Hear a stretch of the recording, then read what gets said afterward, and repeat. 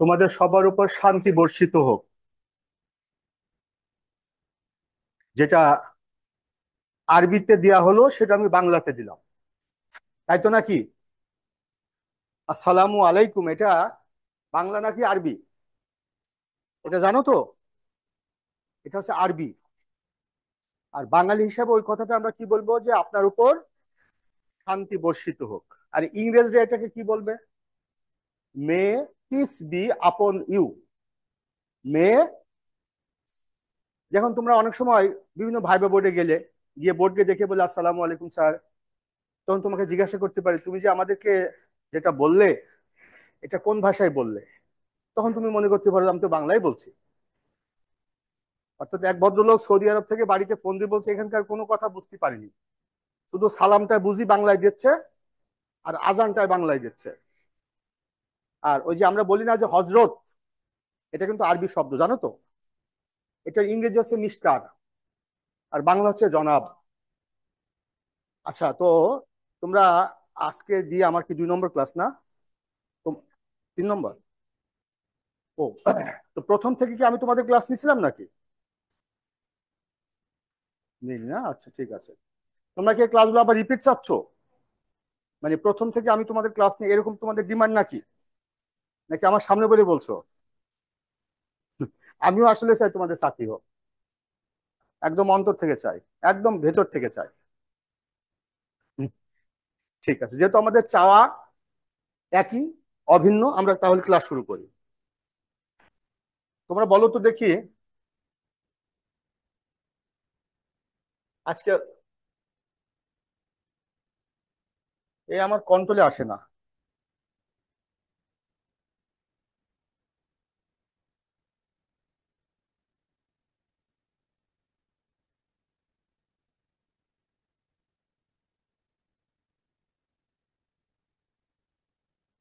হয়ে গেল।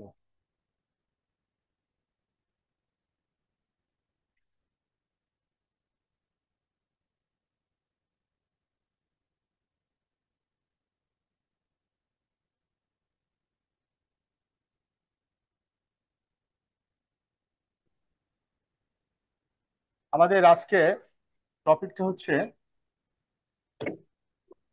আন্তর্জাতিক সংস্থা। তোমরা 47 BCS এর নাকি 48 BCS এর? 47 BCS এর। তাহলে তো তোমরা ইতোমধ্যে জ্ঞাত হয়েছো যে within very short time you will be given 47 BCS এর সার্কুলার, জানো তো? এবং এই মাসের মধ্যে সার্কুলারটা তোমরা পেয়ে যাবা। বলো তো যে প্রফেসর ডক্টর মোহাম্মদ ইউনুস, তার যে 3 শূন্য যে থিওরি বা তত্ত্ব, কি কি বলো তো? মানে জিরো কি, zero, three zero, three zeros, একটা জিরো কি, জানো তো এটা? হ্যাঁ, জিরো প্রভার্টি, মানে শূন্য দারিদ্র। তারপরে হচ্ছে জিরো আনএমপ্লয়মেন্ট, শূন্য বেকারত্ব। আর জিরো কার্বন। এই তিনটা হচ্ছে ডক্টর মোহাম্মদ ইউনুসের, এটা তোমাদের পরীক্ষা আসার মতো খুব important. Professor doctor Mohammad Yunus সর্বশেষ একটি আন্তর্জাতিক ফোরামে বাংলাদেশকে প্রতিনিধিত্ব করেছেন। সে ফোরামটির নাম কি বলতে পারবা? Yes, COP 29। এটা কোন দেশে হয়েছে? আজারবাইজানে। কোথায় হয়েছে? বাকুতে হয়েছে। বাকুটা কি? আজারবাইজানের রাজধানী। Very good. ঠিক আছে, এখন আমরা আজকে আন্তর্জাতিক সংস্থায় প্রথমে যেটা যাব সেটা হচ্ছে ওআইসি। দেখো, ওআইসি, এই ওআইসি থেকে 6-7টা প্রশ্ন বিসিএস আসছে। ওআইসি, ওআইসির পূর্ণ রূপটা লেখো। হ্যাঁ, দি অর্গানাইজেশন অফ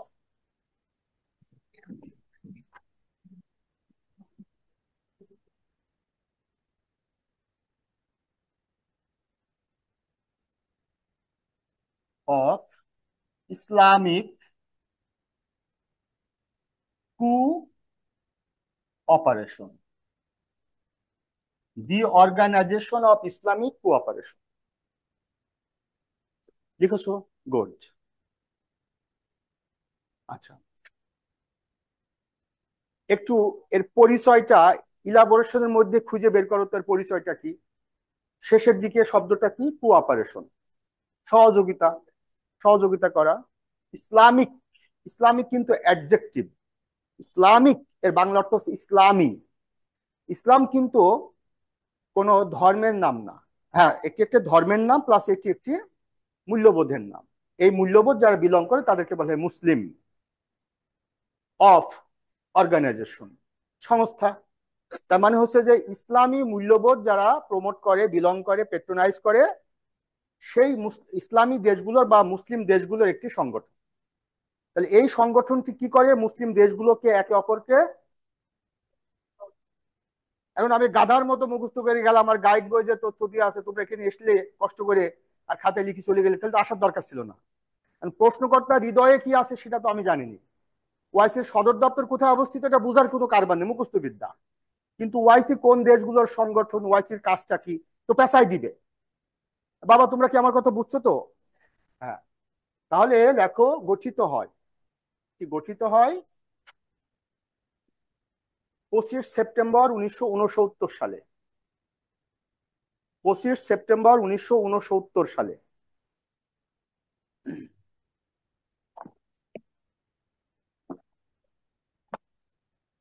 আচ্ছা, এই যে 69 এটা লিখতে গিয়ে মাঝখানে অনেকে হোঁচট খায় যে কয় নয় লিখবো, তাই না? না না না।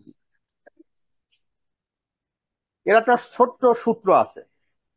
প্রথমে তোমার সাবকনসিয়াস মাইন্ডকে মেসেজ দিবা যে 70 লিখতে গিয়ে আমরা 7 শূন্য লিখি, তাহলে 69 মানে নিশ্চয় 70 না।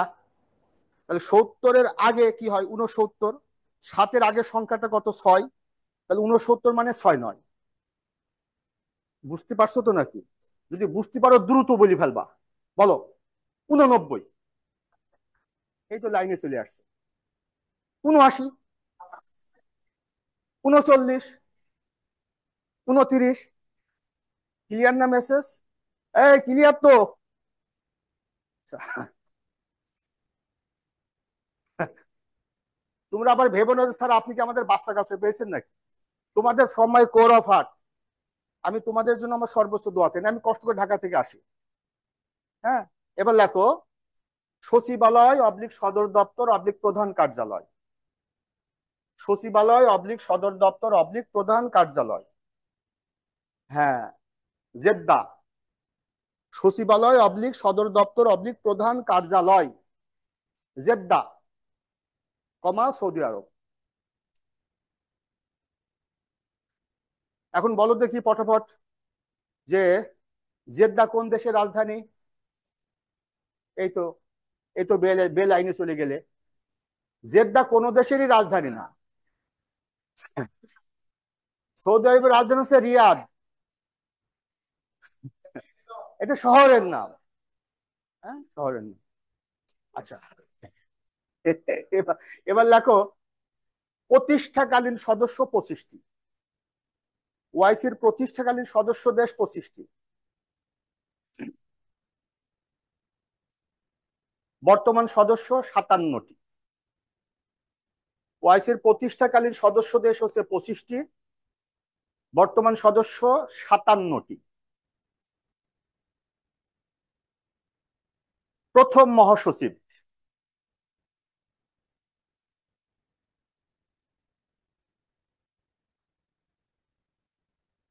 টেঙ্কু আব্দুর রহমান। হ্যাঁ, টেঙ্কু আব্দুর রহমান। ব্র্যাকেটের মধ্যে লেখো মালয়েশিয়ার, মালয়েশিয়া। এবং অনেকে তোমরা জানো যে মালয়েশিয়ার প্রথম প্রধানমন্ত্রী কিন্তু তিনি।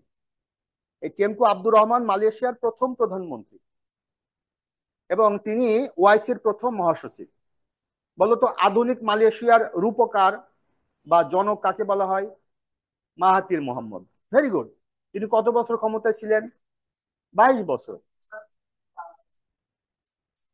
মাহাথির মোহাম্মদ এই মুহূর্তে আমি বলতে পারছি না, তবে ইয়ের প্রেসিডেন্ট, তোমার মালদ্বীপের একজন একজন প্রেসিডেন্ট ছিলেন মামুন আব্দুল গায়ুম।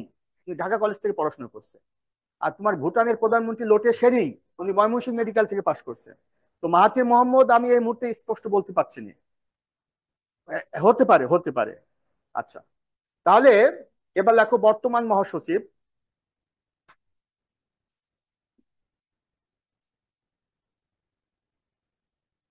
হুসেইন ইব্রাহিম তাহা। হুসেইন ইব্রাহিম তাহা, তিনি ওআইসির বর্তমান মহাসচিব। ব্র্যাকেটে তার দেশটার নাম হচ্ছে সাদ, অথবা এর উচ্চারণটা কিন্তু এরকমই হয় যে সাদ। আবার কেউ বেশি বুঝে চর উপর চন্দ্রবিন্দু লাগাই দিও না কিন্তু, তাহলে কিন্তু সেটা আবার দেশ হবে না, উপগ্রহ হয়ে যাবে। তার দেশটির নাম হচ্ছে চাঁদ। এটা আফ্রিকা মহাদেশের একটা দেশ। তার উচ্চারণ কেউ এটাকে সাধু বলে থাকে। এবার লেখো। হ্যাঁ, সাদ মানে বাংলাতে প্রোনাউন্সিয়েশন করলে দেশের নাম। হ্যাঁ, বুঝতে পারছি, দেশের নাম। এবার লেখো দাপ্তরিক ভাষা, ওআইসির দাপ্তরিক ভাষা। এটা বিসিএস এ আসছে, কেউ কি জানো কিনা? কয়টি? তিনটি। কি কি? আরবি, ইংরেজি, ফরাসি। ফরাসি, ফার্সি কিন্তু না। ফার্সি হচ্ছে ইরানের ভাষা, আর ফ্রান্সের ভাষা হচ্ছে ফরাসি। ফরাসি। তাহলে আরবি, ইংরেজি এবং আরেকটা কি? ফরাসি। আমরা কিন্তু এই সব ভাষায় জানি। এই তিনটা ভাষা কিন্তু আমরা সকলে জানি, এটা জানো তো? কি বলো? রেস্টুরেন্ট, কার্তুজ, এগুলো ফরাসি ভাষা তো। আর ফার্সি ভাষা তো অহরহ আমরা ইউজ করছি। আর ইংরেজি তো আমরা মোটামুটি ক্যাট মানে বিড়াল, ডগ মানে কুকুর, ছোটবেলা থেকে আমরা শিখছি। আচ্ছা, তাহলে এবার যেটি লিখবা সেটি লেখো বাংলাদেশ সদস্য হয় 1974 সালে। এই প্রশ্নটা 27তম বিসিএস আসছে। বাংলাদেশ সদস্য হয় 1974 সালে, 74। হ্যাঁ। পরের তথ্য লিখবা ওআইসির দ্বিতীয় সম্মেলনে। লেখো পাকিস্তানের লাহোরে অনুষ্ঠিত। লেখো পাকিস্তানের লাহোরে অনুষ্ঠিত ওআইসির দ্বিতীয় সম্মেলনে। পাকিস্তানের লাহোরে অনুষ্ঠিত ওআইসির দ্বিতীয় সম্মেলনে বাংলাদেশ ওআইসির সদস্য পদ লাভ করে।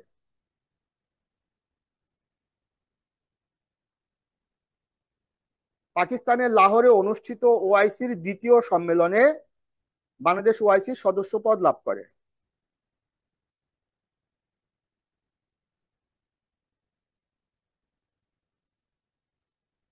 আচ্ছা, সবাই কি লিখছো কিনা?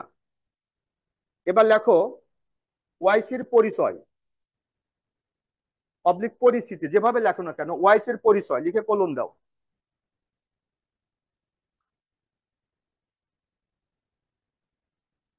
দেখো, ওআইসি মূলত ইসলামী। ওআইসি মূলত ইসলামী অবলিক মুসলিম সংখ্যাগরিষ্ঠ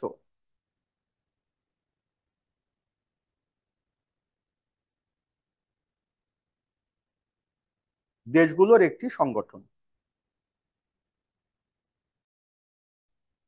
ওআইসি মূলত ইসলামী অবলিক মুসলিম সংখ্যাগরিষ্ঠ দেশগুলোর একটি সংগঠন, কমা দিয়ে লেখো, যার উদ্দেশ্য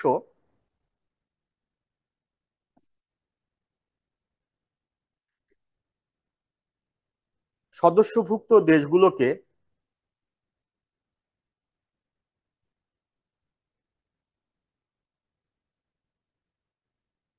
বিভিন্নভাবে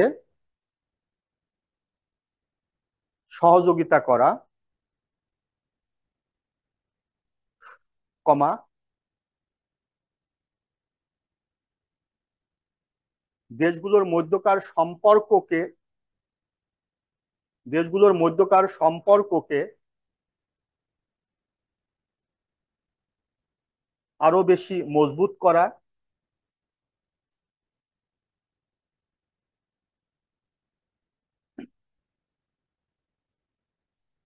এবং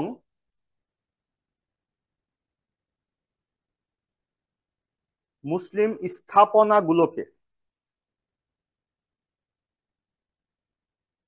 সুরক্ষিত করা।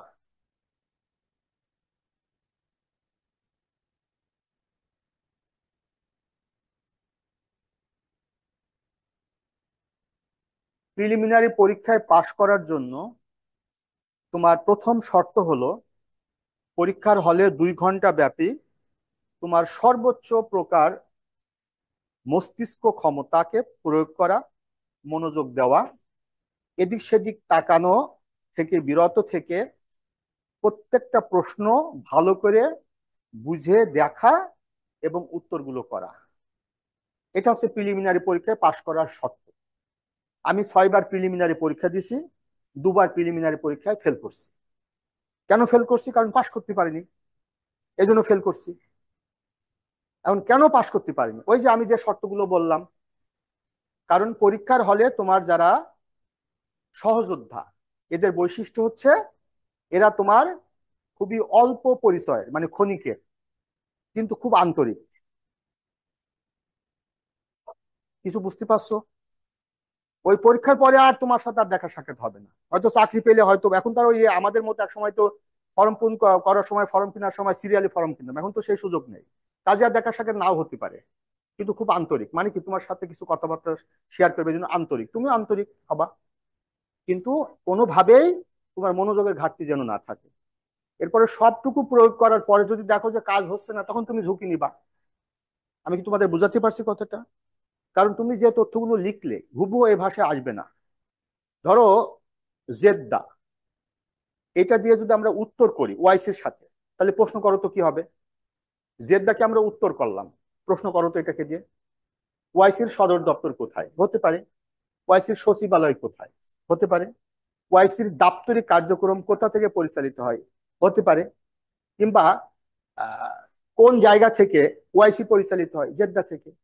এখন প্রশ্নকর্তা কিভাবে প্রশ্ন করবে সেটা তো আমি জানিনি। তারপরে যে ওয়াইসির পরিচয় যেগুলো দিলাম, এর মধ্যে থেকে তোমার প্রশ্ন দিতে পারে ওয়াইসির উদ্দেশ্য কি? মুসলিম দেশগুলোকে সহযোগিতা করা, কারেক্ট আনসার।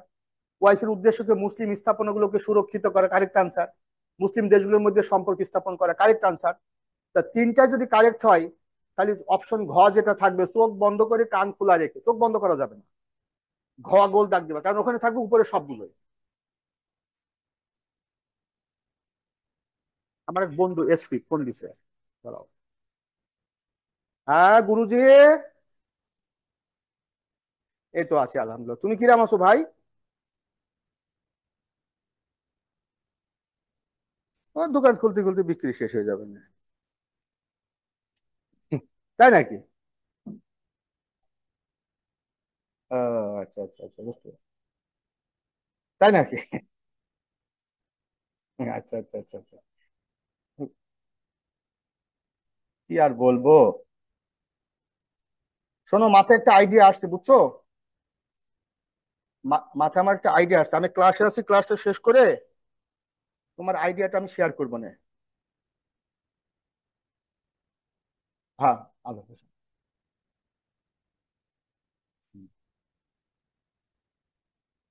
আমাদের সময় তোমরা তোমার ছোট ভাই বোনের মতো, আমাদের সময় প্রফেসরস গাইড তো জানো। সে প্রফেসরস গাইডে একটা প্রশ্ন ছিল। সে প্রশ্নটা ছিল জনসংখ্যা বৃদ্ধির কারণ কি, বাংলাদেশ অ্যাফেয়ার্স। তোমরা আমার ছোট বোন ভাইয়ের মতো, তোমরা তো অ্যাডাল্ট। ওখানে লেখা ছিল অনেকগুলো কারণ আছে জনসংখ্যা বৃদ্ধি। সামাজিক কারণ, অর্থনৈতিক কারণ, তারপরে রাজনৈতিক কারণ। রাজনৈতিক কারণের ব্যাখ্যা কি? হরতাল। হরতাল মানে হরতালের সময় তো মানুষজন নিরাপত্তার কারণে বাইরে বের হতে পারে না। ফলে এই কথাটা তোমরা বললাম এই কারণে, এই যাকে ফোন দেবো উনি কিন্তু পুলিশ সুপার, এসপি, 18 ব্যাচে। তো আমরা এই বন্ধু বান্ধব সবাই মিলে ওইটা নিয়ে মজা করতাম যে গুরু, জনসংখ্যা বৃদ্ধির কারণ কি? হরতাল। মনে পড়লো, যাক একটু একটু ফাইজলামি করলাম। আচ্ছা, যেখানে আমি তোমাদের ছিলাম, তাহলে ওআইসির পরিচয়টা আমরা পেলাম। এটি এমন একটি সংগঠন যে সংগঠনের কাজ হচ্ছে মুসলিম দেশগুলোকে কি করা? কোঅপারেট করা। এর মধ্যে কিন্তু লিখিত প্রশ্ন জড়িত।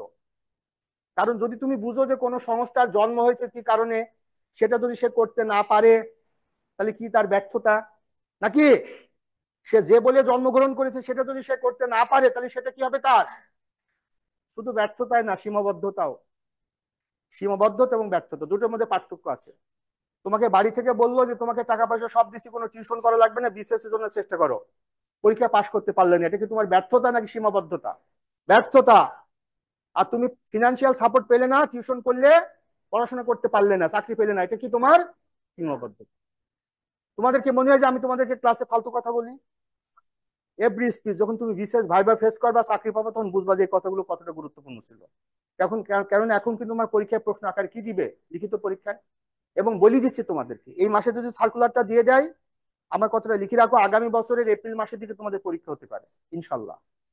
আর এপ্রিলে যদি পরীক্ষা হয় তাহলে মে, জুন, জুলাই, আগস্ট, সেপ্টেম্বর নাগাদ তোমাদের লিখিত পরীক্ষা হতে পারে। মূল পরীক্ষা কিন্তু লিখিত, প্রিলি না। আর এই যে যে জিনিসগুলো লিখলে পরীক্ষায় এখন যেগুলো লিখছো, এগুলো কিন্তু লিখিত আকারে তোমার কাজে লাগবে। প্রশ্নের প্যাটার্ন হয়তো চেঞ্জ হবে। লিখিত পরীক্ষা আসবে না ওয়াইসি সচিবালয় করতে, এটা লিখিত পরীক্ষা আসবে না। আসবে মুসলিম বিশ্বের স্বার্থ সুরক্ষায় ওয়াইসি কতটুকু কার্যকর ভূমিকা রাখতে পারছে বলে আপনি মনে করেন, তোমার উপর চাপাই দিবে। আপনি মনে করেন তো তুমি তো বুঝতে পারছো তার জন্ম হয়েছে এই কারণে। এখন যদি দেখা যাচ্ছে যে ইসরায়েল ফিলিস্তিনকে চট্টাপড় মারতেছে আর মুসলিম দেশগুলো হি হি করে দাঁত কেলিয়ে হাসতেছে, ওয়াইসি কিছুই করতে পারছে না, শুধু নিন্দা প্রস্তাব, নিন্দা প্রস্তাব। হ্যাঁ, আমাদের হাইকোর্ট কি করে, রুল জারি করে। আর বিজিবি কি করে, ফ্ল্যাগ মিটিং করে লাশ ফেরত নেওয়ার জন্য। আর জাতিসংঘের মহাসচিব কি করে, উদ্বিগ্নতা প্রকাশ করে। আর ওয়াইসি নিন্দা প্রকাশ করে। কি বুঝছো না কথাগুলো? ওয়াইসি নিন্দা প্রকাশ করে, নিন্দা নিন্দা নিন্দা করতেছে, নিন্দা করতেছে। তাহলে এটা কিন্তু ওয়াইসির কি ব্যর্থতা, কারণ সে জন্ম হয়েছে তার এই কারণে। এবার দেখো গঠনের পটভূমি, ওয়াইসি গঠনের পটভূমি, ওয়াইসি গঠনের পটভূমি।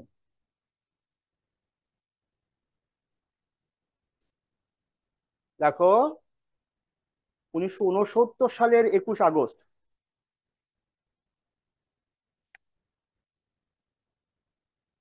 69, 1969 সালের 21 আগস্ট আল আকসা মসজিদে, আল আকসা মসজিদ, আল আকসা মসজিদটা কোথায় অবস্থিত? জেরুজালেমে, ফিলিস্তিনের জেরুজালেমে। জেরুজালেমকে কি বলা হয়? পবিত্র নগরী। কয় ধর্মের মানুষের কাছে পবিত্র জায়গা এটি বিশেষ আসছে? 3 ধর্মের, ইসলাম, ইহুদি, খ্রিস্টান না, খ্রিস্ট।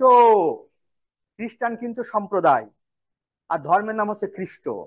মুসলিম সম্প্রদায়, ধর্মের নাম ইসলাম। বুঝতে পারছো জিনিসটা? তাহলে ইসলাম, ইহুদি এবং খ্রিস্ট, এই 3 ধর্মের কাছে পবিত্রতম জায়গা কোনটি? এই জেরুজালেম, জেরুজালেম। আর ওই জেরুজালেমে অবস্থিত আল আকসা মসজিদ। আর ওই মসজিদে ইহুদিরা 1969 সালে 21 আগস্ট আগুন লাগিয়ে দিলে সারা বিশ্বের মুসলিম সম্প্রদায় ক্ষোভে ফুঁসে ওঠে। এবং সেই কারণে 1969 সালের আগস্ট মাসের 21 তারিখ ঘটনা, তার পরের মাসের সেপ্টেম্বরের 25 তারিখে মরক্কো রাজধানী রাবাত, সে জায়গায় প্রথম সম্মেলনের মাধ্যমে ওয়াইস আত্মপ্রকাশ করে। এটা বিশেষ আসছে প্রশ্ন। তাহলে কি লিখলে তোমরা, কি লিখবা?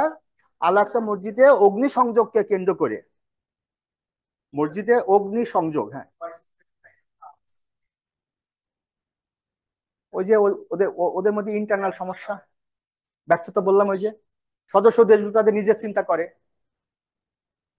মসজিদে অগ্নিসংযোগকে কেন্দ্র করে মরক্কো রাজধানী রাবাতে, মরক্কো রাজধানী রাবাতে অনুষ্ঠিত প্রথম সম্মেলনের মাধ্যমে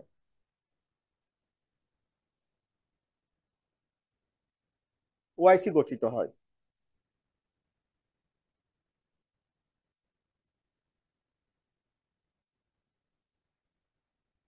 তাহলে বলো তো দেখি, ওআইসির প্রথম সম্মেলন কবে, কোন দেশে অনুষ্ঠিত হয়? মরক্কো রাজধানী রাবাতে 1969 সালে। আচ্ছা, এখন যদি পরীক্ষা প্রশ্ন আসে যে মরক্কো রাজধানী কি রাবাত, তাহলে কিন্তু আবার ভেবো না যে স্যার ইদানিং তো রাজধানী থেকে তো প্রশ্ন আসতেছে। না, এই রাজধানী সে রাজধানী কিন্তু এক রাজধানী না। এবার যদি পরীক্ষা আসে বাকু কোন দেশের রাজধানী, কেন? ওই যে জলবায়ু সম্মেলন হয়েছে, এই কারণে প্রশ্ন করতে এভাবে প্রশ্নটি করে। কিন্তু আমরা যখন প্রশ্ন নিয়ে গবেষণা করি তখন দেখি ওই যে প্রশ্ন আসছে তো রাজধানী তো আসতেছে। সব হিসাব সব জায়গায় মিলাবে না। আমার কি কথা বুঝছো তো তোমরা? আচ্ছা, এবার লেখো সেটি হলো যে তোমার যে সংস্থাটি, তাহলে আমরা ওয়াইসি সম্পর্কে যেটা সংক্ষেপে বুঝলাম যে এটি হচ্ছে তোমার এই সংগঠন, যেটি ইসলামী দেশগুলো একটি সংগঠন এবং এই কারণে গঠিত হয়েছে। এখন তুমি যে প্রশ্নটি করলে সেটা হচ্ছে, এখানে আবার আবার কথা হলো রেকর্ড থাকে, তাই সব কথা আবার ফেসবুক কর্তৃপক্ষ ভালোভাবে নেয়নি, এটা তো জানো তো। আমি কিন্তু ফেসবুক কর্তৃপক্ষ থেকে কয়েকবার বাড়ি খাওয়া, পাবলিক বাড়ি খাওয়া মানে আমার কণ্ঠ রোধ করা হয়েছিল, ওই যে রেস্ট্রিক্টেড আমার ফেসবুক আইডি টাইডি সবকিছু। এই জন্য আমি কথা বলার ক্ষেত্রে একটু সাবধানতা অবলম্বন করি। তো তোমাদের সমস্যা নেই, সমস্যা পড়বে না এরা যারা ক্লাস করতেছে অনলাইনে। আরব মানে হচ্ছে যে যে দেশগুলোর ভাষা আরবি তাদেরকে বলে আরব দেশ মধ্যপ্রাচ্যে। আর যে দেশগুলোর ভাষা আরবি না তাদেরকে বলা হয় অ আরব দেশ। তাহলে আরবি ভাষা এটা কিন্তু একটা জাতির পরিচয় দেয়, আরব জাতি।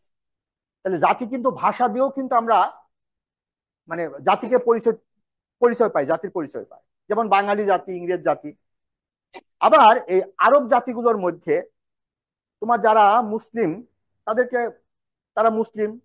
আবার আরব জাতিগুলোর মধ্যে তোমার ইসলামের মধ্যে আবার কিছু ভাগ আছে শিয়া সুন্নি। এখন দেখো ইরান কিন্তু অ আরব দেশ, ইরান কারণ তার ভাষা ফার্সি। আবার ইরান কিন্তু মানে শিয়া অধ্যুষিত দেশ। তাহলে সৌদি আরব তার বিপরীত, সৌদি আরব আছে আরবি কথা বলে আরবিতে, তাই সৌদি আরব দেশ। আবার সৌদি আরব কিন্তু সুন্নি অধ্যুষিত। তাহলে ইরানের সাথে সৌদির দ্বন্দ্বের জায়গা কোন জায়গায়? আরব এবং আরব, শিয়া এবং সুন্নি। এখন এই দ্বন্দ্বটা ইরানা যতটুকু জিয়ে রাখে তার চেয়ে বেশি জিয়ে রাখে আমেরিকা, মানে পশ্চিমা দেশগুলো। ইরানকে গোপনে গিয়ে বলে যে সৌদি তো তোমার শত্রু, সৌদিকে বলে ইরান তো তোমার শত্রু। তাহলে কি করতে হবে হুজুর? আমার কাছে তেল বিক্রি করতে হবে আর বাস তেলের পর অস্ত্র কিনতে হবে। বুঝতে পারছো জিনিসটা? ইরাকের থেকে একই কথা বলে, ইরাক এবং ইরান তোদের মধ্যে তো মারামারি হয়েছে 80 থেকে 88 পর্যন্ত। তুই আরবিতে কথা বলিস, ও তো আরবিতে কথা বলে না। তুই সুন্নিপন্থী ও শিয়াপন্থী। এরপরে তিনজনকে আবার বলে, শোন তোদের কমন শত্রু কিন্তু ইসরায়েল। তাই ইসরায়েলের হাত থেকে বাঁচতে হলে পারে, ইসরায়েলকে মোকাবেলা করতে হলে পারে, কিন্তু আমার কাছে অস্ত্র কিনতে হবে।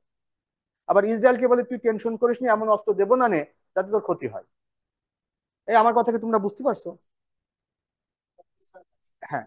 এবং আমেরিকার আনরিটেন স্টেট পলিসি, আমেরিকার আনরিটেন স্টেট পলিসি হচ্ছে তার তার যে ইকোনমি, এটা অনেকাংশে ডিপেন্ডেন্ট ওয়ার ইন্ডাস্ট্রির উপরে। ওয়ার ইন্ডাস্ট্রি, তো ওয়ার ইন্ডাস্ট্রি মানে কি? মানে হচ্ছে যুদ্ধ যদি না থাকে তাহলে তো আমার অস্ত্র বিক্রি হবে না। এই জন্য পৃথিবীর বিভিন্ন দেশে শ্যাডো ওয়ার আমেরিকা পরিচালনা করে, মানে আমেরিকা যুদ্ধ চায়। এখন আমেরিকা দেখতেছে আমার এই অস্ত্রের জায়গায় আর কোন কোন দেশ আমার প্রতিযোগিতায় লিপ্ত হচ্ছে, সেটা হচ্ছে চায়না, রাশিয়া। তাই চায়না রাশিয়াকে আমেরিকা তার অস্ত্রের দিক থেকেও কিন্তু প্রতিযোগী মনে করে। আর মধ্যপ্রাচ্য এমন একটা জায়গা, সেখানে বিপুল পরিমাণ সম্পদ আছে, এর আগে তোমাদেরকে বলছিলাম, প্রাকৃতিক সম্পদ। এই সম্পদকে করায়ত্ত করার জন্য মূলত আমেরিকা এই যুদ্ধটা এখানে লাগিয়ে দেয়। এরপরে হচ্ছে এই সমস্ত দেশগুলোতে আছে রাজতন্ত্র। আমেরিকা বিভিন্ন দেশে গণতন্ত্রের জন্য ফাইট করে, কিন্তু এই সমস্ত দেশে কিন্তু গণতন্ত্র নেই। তাই আমেরিকা বলে যে গণতন্ত্রের জনক যেহেতু আমরা, আমরা বুঝবো যে কোন জায়গায় গণতন্ত্র থাকবে আর না থাকবে। তাই এই সমস্ত দেশকে বলা হয় যে বাবা তোরা বিবি বাচ্চা নিয়ে ভালোই আছিস। রাজতন্ত্র মানে তো বোঝো যে আমি মরে গেলে পর আমার সন্তান, সে মরে গেলে তার সন্তান, তার মানে উত্তরাধিকার সূত্রে তারা ক্ষমতায় থাকবে। আর সেখানে যদি কোনো আন্দোলন হয় তো সে আন্দোলনটা আমেরিকা দমন করবে বিভিন্ন কায়দা কৌশলে। যেমন আরব বসন্ত হয়েছে, তোমার নাম শুনছো আরব বসন্ত? সেখানে সেখানে তোমার 42 বছর ধরে ক্ষমতা ছিল কর্নেল মোহাম্মদ গাদ্দাফি। তো সে গাদ্দাফিকে তো উৎখাত করেছে আমেরিকা, কারণ গাদ্দাফি তো আমেরিকার কথা শুনেনি। তারপরে আরো অনেকে উৎখাত করেছে, কিন্তু সৌদি আরব বা এই সমস্ত দেশে কিন্তু রাজতন্ত্র বিদ্যমান। এখন ওই দেশগুলোকে আমেরিকার তার দুর্বলতা বুঝতে পেরেছে। যদি তোমার দুর্বলতা আমি বুঝতে পারি, তুমি যদি কারোর সাথে ইটিস পিটিস করো আর আমি যদি সেটা বুঝতে পারি, তাহলে আমি কিন্তু তোমাকে কন্ট্রোল করব। আমার কথা না শুনলে কি তুমি যে ইটিস পিটিস করো, আমি কিন্তু বলি দিব। আমার কথা কি বুঝতে পারছো?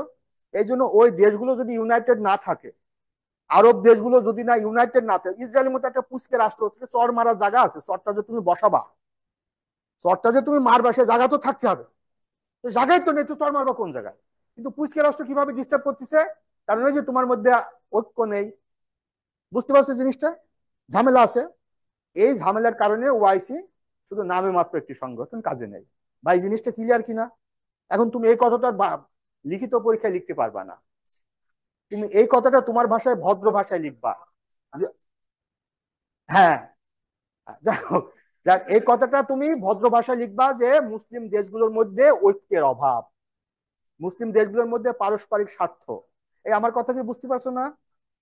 এইটা তো তোমার ম্যাচুরিটি। তার মানে তুমি কিন্তু আমার ক্লাসে বিসিএস এর ফ্লেভার পাচ্ছ, এটা কিন্তু ভেবো না যে স্যার প্রাইভেট গল্প মারতেছে। তা কিন্তু তুমি বিসিএস এর ফ্লেভার পাচ্ছ, হয় পিলির ফ্লেভার পাচ্ছ, না লিখিত ফ্লেভার পাচ্ছ, না ভাইবা দিয়ে ফ্লেভার পাবা। তোমার ভাইবাতে জিজ্ঞেস করবে ওআইসি কি সফল নাকি ব্যর্থ। সাথে সাথে বলো না,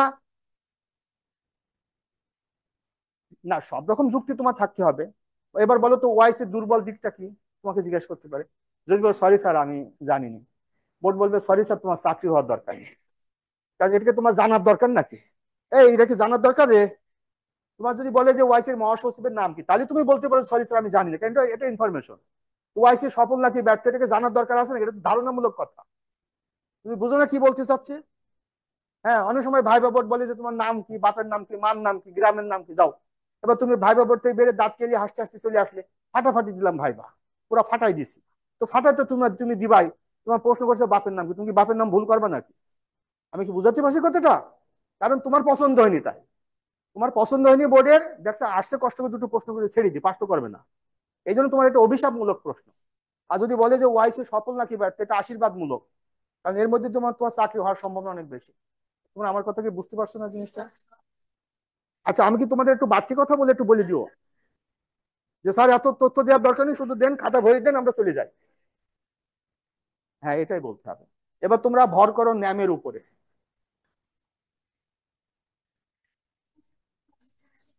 এক্সিলেন্ট, এটা ওয়াইসি সীমাবদ্ধতা, এটা ওয়াইসি সীমাবদ্ধতা। তুমি শুধু এটাই দেখবা কেন? রোহিঙ্গা আরো অনেক ইস্যু আছে, সেটা আমি লিখিত তোমাকে পড়াবো, অনেক কথা আছে। রোহিঙ্গা সমস্যা আছে, তারপরে এই যে তোমার সিরিয়াতে যেটা হয়েছে এটা হয়েছে, বসনিয়া হার্জেগোভিনার মুসলিমদের মধ্যে হয়েছে, কাশ্মীরে সমস্যা হয়েছে, তারপর তোমার প্যালেস্টাইন ইসরায়েল সমস্যা হচ্ছে। এটা ওয়াইসির ব্যর্থতা। এবার দেখো,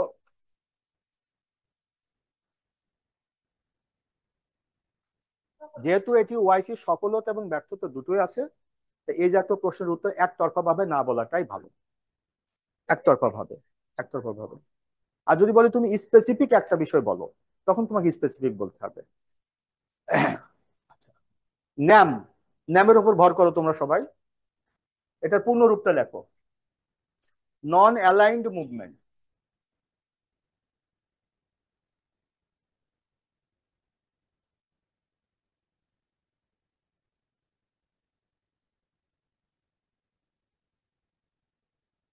নন অ্যালাইন্ড মুভমেন্ট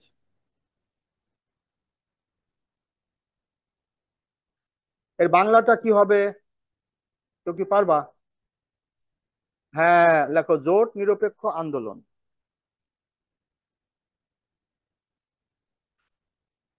জোট নিরপেক্ষ আন্দোলন।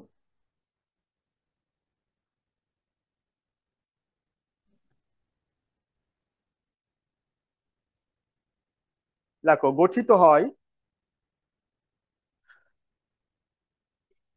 1961 সালে।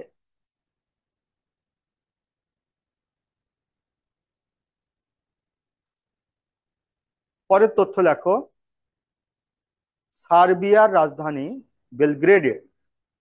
সার্বিয়া,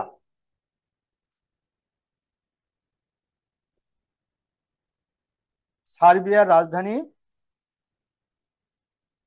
বেলগ্রেডে 1961 সালে অনুষ্ঠিত প্রথম সম্মেলনে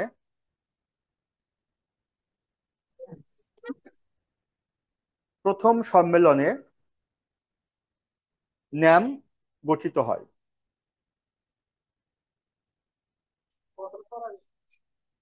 হ্যাঁ, হ্যাঁ,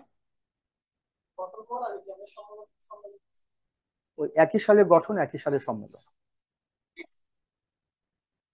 লিখেছো কথাটা?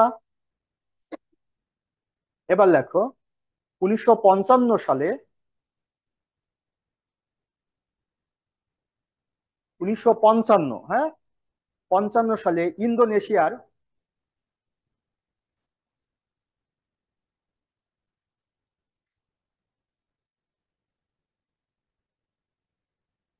ইন্দোনেশিয়ার বান্দুং শহরে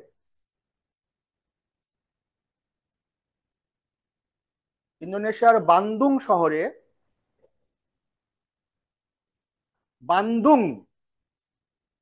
বান্দুং শহরে বান্দুং শহরে অনুষ্ঠিত বান্দুং শহরে অনুষ্ঠিত বান্দুং সম্মেলনে বান্দুং সম্মেলনে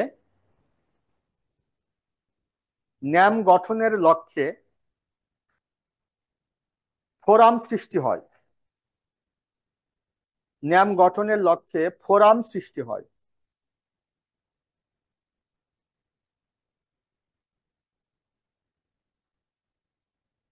লিখেছো? এবার লেখো সদর দপ্তর। কারো জানা আছে কোথায়? লেখো ন্যামের কোনো স্থায়ী সদর দপ্তর নেই। হ্যাঁ, ন্যামের কোনো স্থায়ী সদর দপ্তর নেই।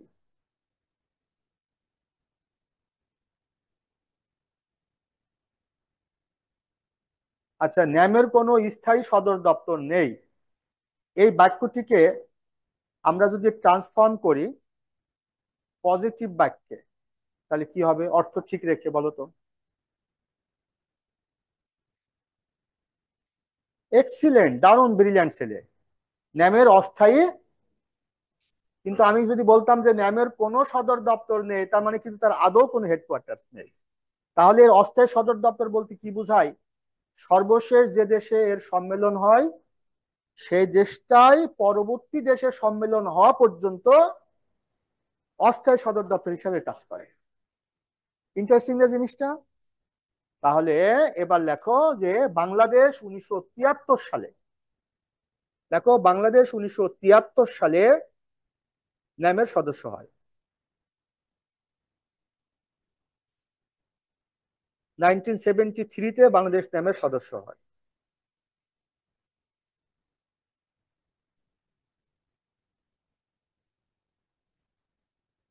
এবার লেখো পরের তথ্য, আলজেরিয়ার রাজধানী,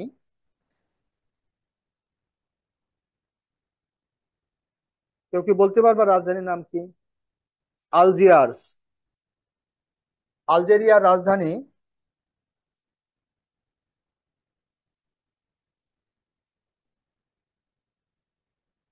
আলজিয়ার্সে। আলজেরিয়ার রাজধানী আলজিয়ার্সে অনুষ্ঠিত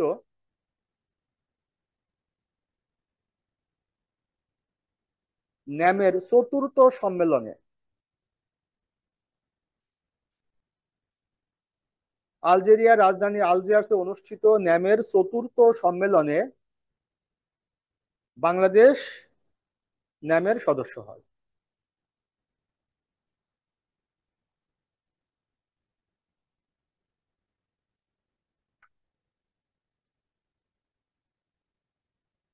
সবার কি হয়েছে? এবার লেখো ন্যাম গঠনের প্রতিষ্ঠাতা বৃন্দ।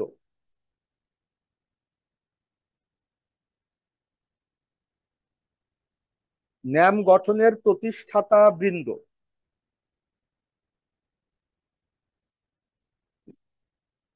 এক নম্বর নামটি লিখবা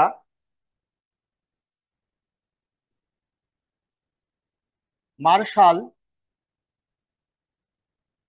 Joseph Tito. Marshal Joseph Tito.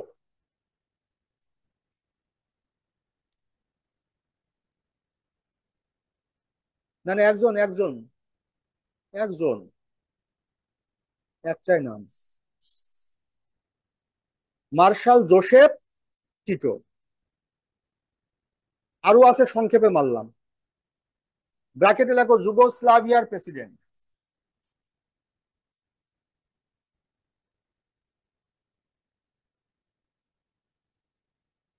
যুগোস্লাভিয়ার president.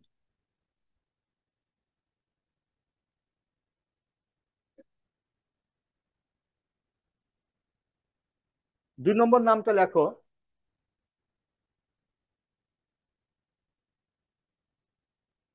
Jamal Abdel Nasser.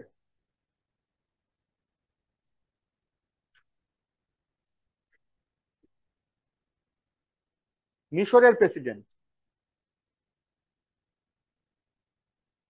Jamal Abdel Nasser. মিশর, মিশরের প্রেসিডেন্ট।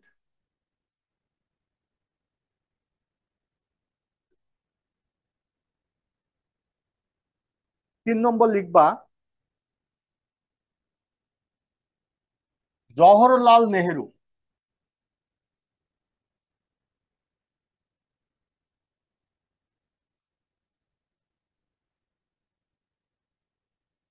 ব্র্যাকেটের মধ্যে লিখবা ভারতের প্রথম প্রধানমন্ত্রী।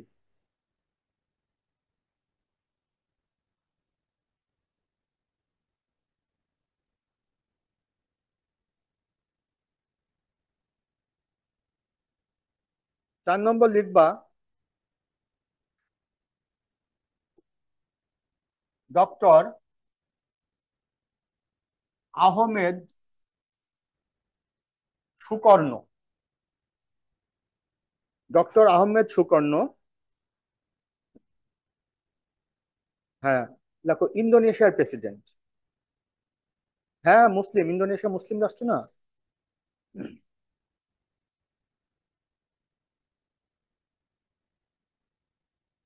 আচ্ছা, এই 4 জন হচ্ছে ন্যামের প্রতিষ্ঠাতা, তবে আরো 2 জন ব্যক্তির অবদান ন্যামে আছে। সে ব্যক্তি হলো, এটা হলো 4 নম্বর, আর 5 নম্বর হলো, হ্যাঁ, কাউমি নক্রুমা। আফ্রিকা মহাদেশের একটা দেশ, ঘানা। সে ঘানার প্রেসিডেন্ট হচ্ছেন Qawmi Nkrumah. Qawmi Nkrumah, Ghana.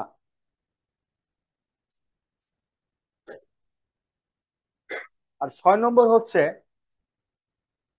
Sirimavo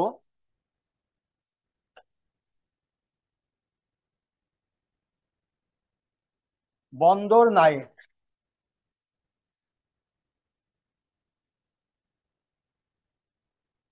Sirimavo বন্দর নায়েক, তিনি শ্রীলঙ্কার প্রধানমন্ত্রী।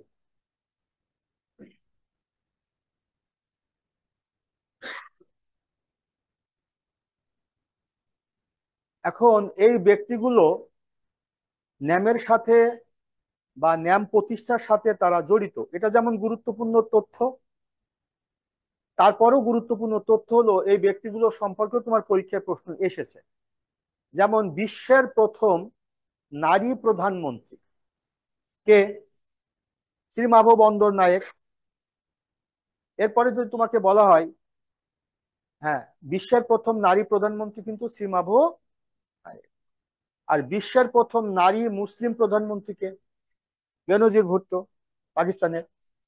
আর বিশ্বের প্রথম নারী মুসলিম প্রেসিডেন্টকে? নারী মুসলিম প্রেসিডেন্ট ওই যে ইন্দোনেশিয়ার আহমেদ সুকর্ণ লিখলে না, তার মেয়ের নাম আছে মেঘবতী সুকর্ণ পুত্রী। তিনি হচ্ছেন বিশ্বের প্রথম নারী মুসলিম প্রেসিডেন্ট। এগুলো বিশেষ পরীক্ষা আসছে। আর বিশ্বের প্রথম নারী প্রেসিডেন্টকে? আর্জেন্টিনার ইসাবেলা পেরন। এগুলো সব এলোমেলো করে না লিখে তোমরা এক জায়গায় লেখো, আমি বলছি তোমরা লেখো। বিশেষ দ্রষ্টব্য দিয়ে লেখো, সব এক জায়গায় লেখো। বিশেষ দ্রষ্টব্য, 1 নম্বর তথ্য লেখো, বিশ্বের প্রথম নারী প্রেসিডেন্ট।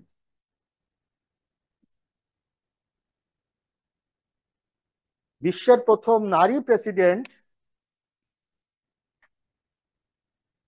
আর্জেন্টিনার ইসাবেলা পেরন।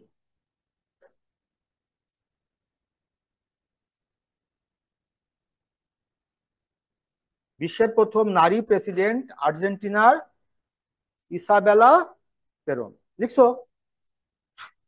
এই যে ইসাবেলা পেরন। 2 নম্বর তথ্য লেখো, বিশ্বের প্রথম নারী মুসলিম প্রেসিডেন্ট।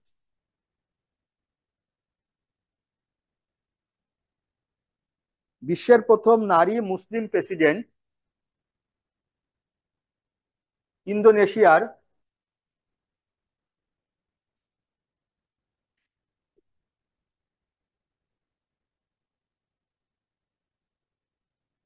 মেঘবতী সুকর্ণ পুত্রী। ইন্দোনেশিয়ার মেঘবতী সুকর্ণ পুত্রী। তাহলে আমরা এই যে দুজন মানুষের নাম লিখলাম, এদের কমন পরিচয়টা কি বলতো? প্রেসিডেন্ট এবং নারী। আর আনকমন পরিচয়টা কি? একজন মুসলিম, একজন নন মুসলিম। এরপরে একটু স্পেস দিয়ে 3 নম্বর লেখো। স্পেস দিয়ে 3 নম্বর লেখো, বিশ্বের প্রথম নারী প্রধানমন্ত্রী। এই বাবারা, তোমরা যারা অনলাইনে ক্লাস করছো তোমরা সবাই বুঝতে পারছো তো? অনলাইনে যারা ক্লাস করছো তারা একটু কথা বলো, বুঝতে পারছো কিনা? যদি তোমরা কথা না জি বলো তাহলে তাহলে তোমাদের এই যে, তোমাদের জন্য আমি ঘাড়ের উপর যে একটা বোঝা টানতেছি, এই বোঝা কিন্তু ফেলে দেবো। তাই না? এদের জন্য তো আমি এটা টানতেছি। কারণ আমার তো টানতে হচ্ছে এটা, আবার এটা, আবার তোমরা আসো, মস্তিষ্ক তো ডিস্টার্ব ফিল করতেছে। তোমরা যারা ক্লাস করতেছো স্যার, একটু কষ্ট করে বলো স্যার বুঝতে পারছো বুঝতে কিনা। পারছি। গুড গুড গুড গুড, বুঝতে পারলেই আমার এই বোঝাটা সার্থক হবে। তাহলে বিশ্বের প্রথম নারী মুসলিম প্রেসিডেন্ট ইন্দোনেশিয়ার মেঘবতী সুকর্ণপুত্রী। না না না, ওই নারী প্রধানমন্ত্রী লেখো, ওই যে শ্রীলঙ্কার শ্রীমাভো বন্দর নায়ক লেখো, শ্রীলঙ্কার শ্রীমাভো বন্দর নায়ক, শ্রীলঙ্কার শ্রীমাভো বন্দর নায়ক। আচ্ছা, এরপরে লিখবা বিশ্বের প্রথম নারী মুসলিম প্রধানমন্ত্রী পাকিস্তানের বেনজির ভুট্টো। বিশ্বের প্রথম নারী মুসলিম প্রধানমন্ত্রী পাকিস্তানের বেনজির ভুট্টো।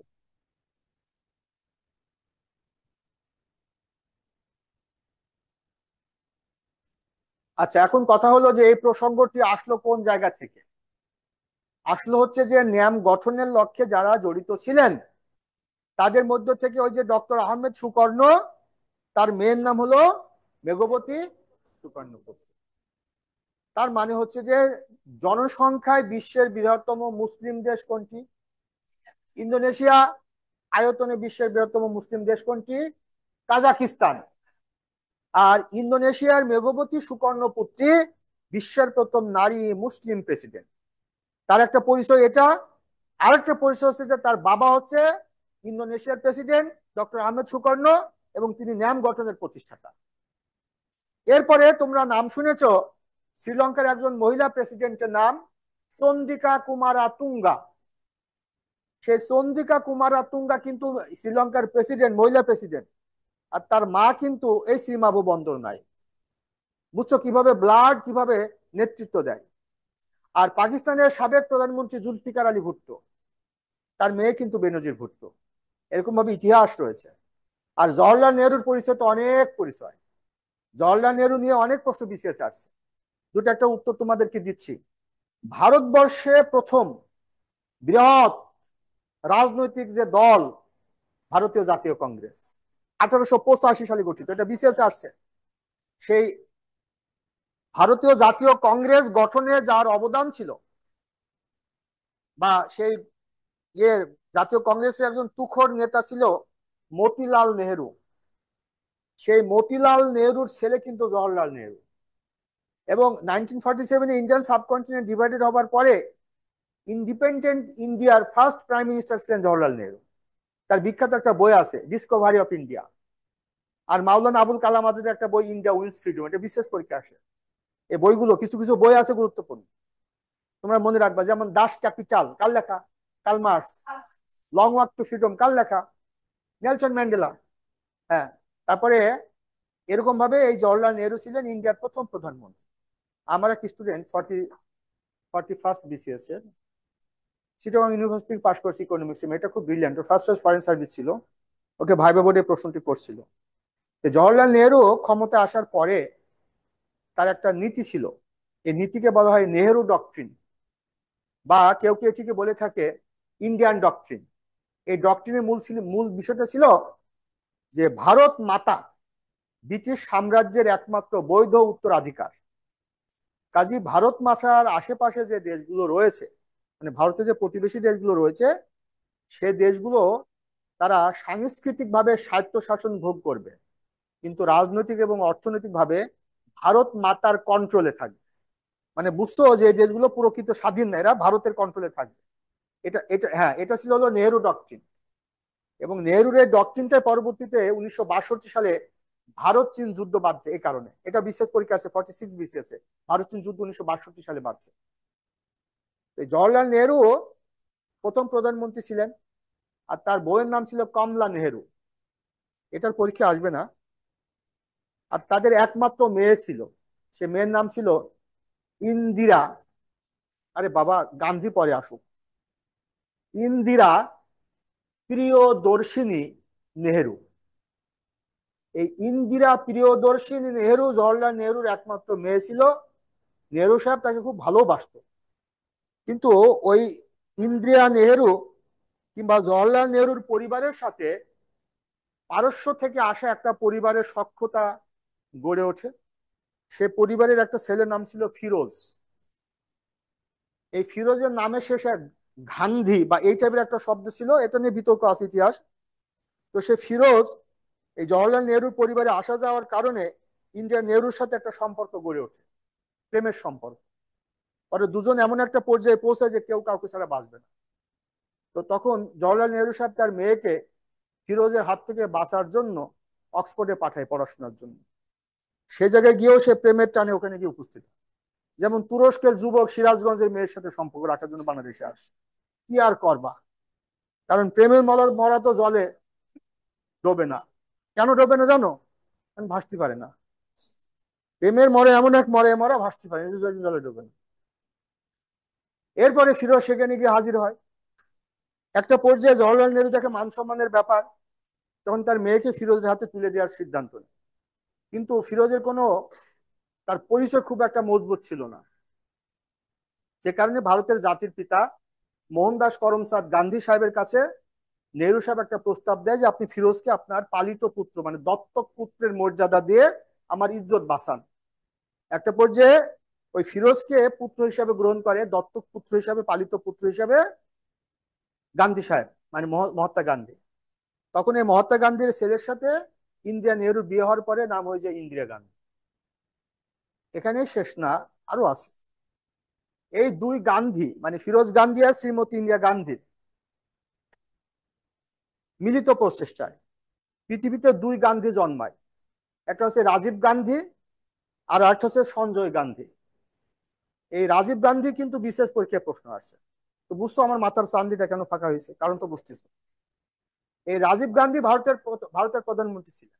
তিনি বোফোর্স অস্ত্র কেলে ওই যে ধরতে পারছো, বোফোর্স অস্ত্র কেলেঙ্কারির সাথে জড়িত, বিশেষ আসছে প্রশ্ন। রাজীব গান্ধীকে তার মা পড়াশোনার জন্য সেই জায়গায় পাঠায়, যে জায়গায় সে পড়াশোনা করছে। ওখানে গিয়ে রাজীব গান্ধী তার মায়ের পদাঙ্ক অনুসরণ করে। মহাজ্ঞানী মহাজন যে পথে করে গমন, মা যেহেতু যে পথে গমন করেছে ছিল সেই পথে। ওখানে মায়ের সাথে পরিচয় হয় ইতালির একটা মেয়ে, তার নাম হচ্ছে সোনিয়া মাইনর। ওই সোনিয়া মাইনরের সাথে আবার রাজীব গান্ধী ইটিস পিটিস করে বিয়ে করে, তার নাম হয় সোনিয়া গান্ধী।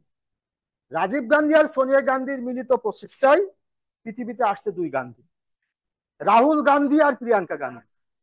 বর্তমানে কংগ্রেস এখন নেতা তো রাহুল গান্ধী, তোমরা দেখছো না? হ্যাঁ। আর ওই যে সঞ্জয় গান্ধী ছেলে নাম হচ্ছে বরুণ গান্ধী, তারা রাজনীতিতে আসেনি। আর এই ইন্দিরা গান্ধীর বড় পরিচয় হচ্ছে আমাদের মুক্তিযুদ্ধকালে ভারতের প্রধানমন্ত্রী ছিল। আবার ইন্দিরা গান্ধী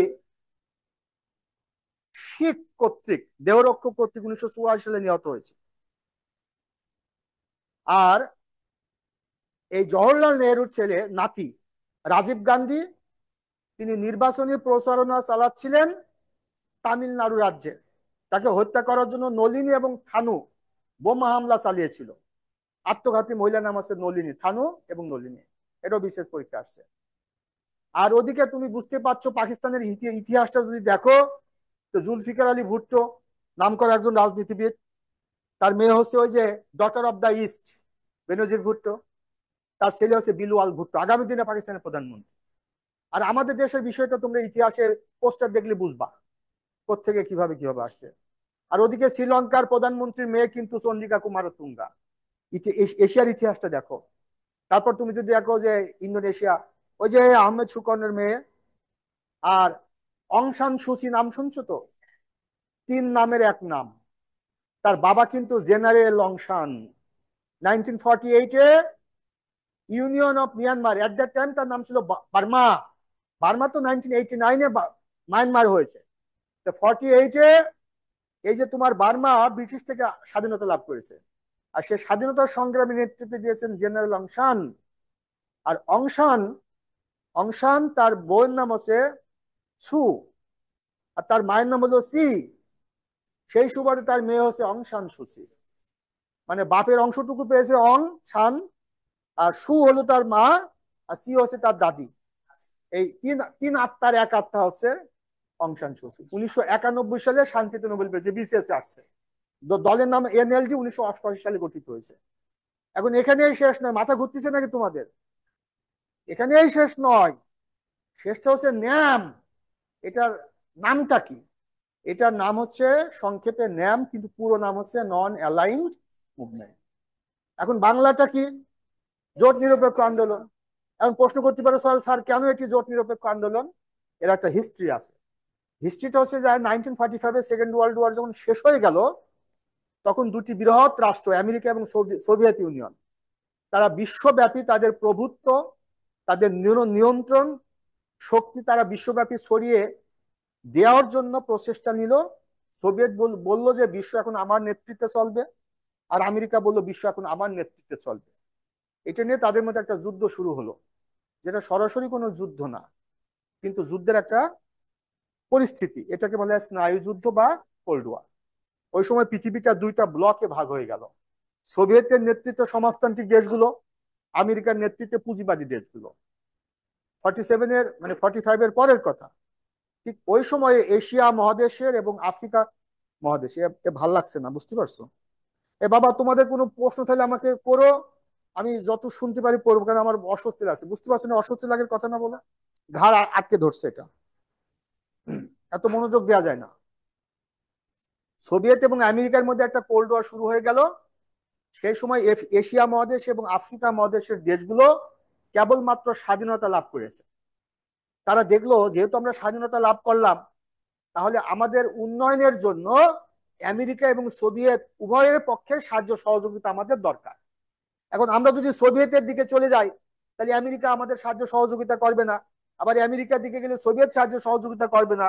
কিন্তু আমাদের তো উন্নয়নের জন্য উভয়ের সাহায্য সহযোগিতা প্রয়োজন। তাই এশিয়া এবং আফ্রিকার দেশগুলো, যাকে বলে আফ্রো এশীয়, ওই যে যে নেতাগুলোর নাম বললাম, ওরা বললো যে আসো আমরা একটা জোট গঠন করি। সে জোটটা হবে এমন একটা জোট, যে জোট আমেরিকার দিকেও যাবে না, সোভিয়েতের জোটেও যাবে না, তারা নিউট্রাল থাকবে। এই জন্য এই জোটের নাম হয়ে গেল জোট নিরপেক্ষ আন্দোলন। মেসেজ ক্লিয়ার তো? এখন আসো, সংবিধানকে একটা দেশের সর্বোচ্চ আইন বলা হয়। সংবিধানকে কোনো সরকার কি সংবিধানকে অস্বীকার করে চলতে পারবে? পারবে না। তাহলে বাংলাদেশ সদস্য হয়েছে কবে? ন্যামের 73-এ। আর আমাদের সংবিধান রচিত হয়েছে কবে? 72-এ। 72 সালের সংবিধানের 25 নং অনুচ্ছেদে আমাদের পররাষ্ট্র নীতিটা কিন্তু নিউট্রাল পররাষ্ট্র নীতি, সকলের সাথে বন্ধুত্ব, কারোর সাথে বৈরিতা নয়। তাহলে আমাদের সংবিধান আর ন্যামের চার্টার এক কিনা? বোঝো না কথাটা? ন্যামের চার্টার তো একই কথা, যে আমরা কারোর বৈরিতা না, আমরা কারোর পক্ষে বিপক্ষে না, আমরা সবার সাথে সম্পর্ক। তাহলে ন্যামের চার্টার আর আমাদের সংবিধানের বক্তব্য তো একই। এই জন্য বাংলাদেশ ন্যামের সদস্য হতে পারলো। ক্লিয়ার কিনা মেসেজটা? তোমাদেরকে মনে হয় কথাগুলো খুবই সুলভ কথা, মানে কথাগুলো খুবই মানে একেবারে সহজলভ্য কথা। তাহলে আমাদের সংবিধান ন্যামের সদস্য হতে কি করলো? সাপোর্ট দিল। এবার মনে রাখবা, যে সমস্ত সংস্থা সংস্থা পরিচালিত হয় কি দ্বারা বলতো? দেশ পরিচালিত হয় তার সংবিধান দ্বারা। আর একটা সংস্থা পরিচালিত কি হয়? তার গঠনতন্ত্র দ্বারা। গঠনতন্ত্র মানে ইংলিশে বলে চার্টার। তাহলে জাতিসংঘ পরিচালিত হয় কি দ্বারা? তার তার চার্টার দ্বারা। তাহলে পৃথিবীর কোনো দেশ যদি জাতিসংঘের সদস্য হতে চায়, তাহলে অবশ্যই জাতিসংঘের চার্টারের সাথে তার সংবিধানের আদর্শের কি থাকতে হবে? মিল থাকতে হবে। তেমনি ভাবে তোমরা অনেকে জানো, তোমরা কি জানো যে বাংলাদেশ কমনওয়েলথের কততম মেম্বার? কেউ কি জানো কিনা? হ্যাঁ হ্যাঁ, যদি না জানো তাহলে তো আমার বলি মজা নেই। কারণ অনেক পণ্ডিত, অনেক বই লেখা আছে 34তম, কিন্তু না, বাংলাদেশ হচ্ছে 32তম মেম্বার। এর একটা ব্যাখ্যা, সেটা আমি পরে যাচ্ছি। তার মানে হচ্ছে যে বাংলাদেশের সংবিধানের আদর্শ আর ন্যামের আদর্শ মিল ছিল, এই কারণে বাংলাদেশ ন্যামের সদস্য হতে পারলো। তোমরা কি জানো যে তাইওয়ানের সাথে বাংলাদেশের কোনো প্রকার কূটনৈতিক যোগাযোগ নেই, কিন্তু বাণিজ্যিক যোগাযোগ আছে, এটা তো জানো। তাহলে কেন বাংলাদেশ তাইওয়ানের সাথে সম্পর্ক রাখে না, এটা কি জানো? কারণ হলো যে বাংলাদেশের সংবিধানেও বলা আছে অন্য দেশের অভ্যন্তরীণ ব্যাপারে হস্তক্ষেপ করবে না। তাহলে তাইওয়ান কিন্তু চীনের অভ্যন্তরীণ বিষয়। এটা, এই ব্যাখ্যা তো তোমরা অনেকে জানো না বা শোনো নি। তাহলে বাংলাদেশ তাইওয়ানের ব্যাপারে মানে চীনের ব্যাপারে হস্তক্ষেপ করে, কারণ এটা চাইনিজ ইন্টারনাল ইস্যুস। এরপরে ইসরায়েলের সাথে সম্পর্ক কোনো প্রকার নেই, কেন নেই এটা আমাদের সংবিধানে বলা আছে। যে ওই যে নির্যাতিত নিপীড়িত মানুষের ন্যায়সঙ্গত সংগ্রামকে বাংলাদেশ সমর্থন করে। তার মানে বাংলাদেশের দৃষ্টিতে প্যালেস্টাইনের মানুষগুলো, তাদের আন্দোলন সংগ্রামটা হচ্ছে ন্যায়সঙ্গত, বর্ণবাদ সম্প্রসারণবাদকে বিরোধিতা করে, তাই ইসরায়েলের সাথে আমাদের সম্পর্কটা নেই। যদিও আমরা জানি যে এখন নতুন করে জুলাই আগস্টে যে অভ্যুত্থান হয়েছে, তারপরে হয়তো নতুন করে সংবিধান আসবে, তারপর যদি সেই সংবিধান লিখিত হয়, যদি নতুন করে লেখা হয়, তাহলে সেটার প্রতিফলন ঘটবে হয়তো বা জুলাই আগস্টের যে ঘটনা। যেমন 71 মহান মুক্তিযুদ্ধের পরে কিন্তু সংবিধান তৈরি হয়েছে, মহান মুক্তিযুদ্ধের চেতনা কি সংবিধানে প্রতিফলিত হয়েছে না? গুরুত্বপূর্ণ 4টে মূলনীতি রাষ্ট্র পরিচালনার, বাঙালি জাতীয়তাবাদ, এটা তো আমাদের মুক্তিযুদ্ধের প্রথম স্পিরিট, সমাজতন্ত্র স্পিরিট, গণতন্ত্র স্পিরিট, ধর্ম নিরপেক্ষতা। কারণ এই দেশটা তো কোনো ধর্মের দেশ না। তো যাই হোক, এই আলোচনাগুলো তোমাদেরকে, হয়তো আমি ইন্টারন্যাশনাল পড়াচ্ছি, যেহেতু আমি পেপসি খাই, তা আমার ঢেকুর তো পেপসিরই উঠবে, তাই না? কোকা কোলার তো উঠবে না। যেহেতু আমি ক্যাডার অফিসারদেরকেও পড়াই, তাই ওই অভ্যাসটা চলে আসছে তোমাদের পড়াতে গিয়ে। তোমরা আবার এটাও প্রত্যাশা করি না যে স্যার আপনি ওই গাইড বই যা লেখা আছে এটা দ্রুত লিখে ছেড়ে দেন, তাহলে কিন্তু আমি তোমাদের পড়াতে পারবো না। মানে you must have to enjoy. তোমাদেরকে অবশ্যই এনজয় করতে হবে, যদি তোমার চাকরিটি টার্গেট থাকে, তোমার পছন্দ হোক বা না হোক। নাকি মাইন্ড করতেছো নাকি? সারা তো জোরালো ভাবে কথাটা বলতেছে।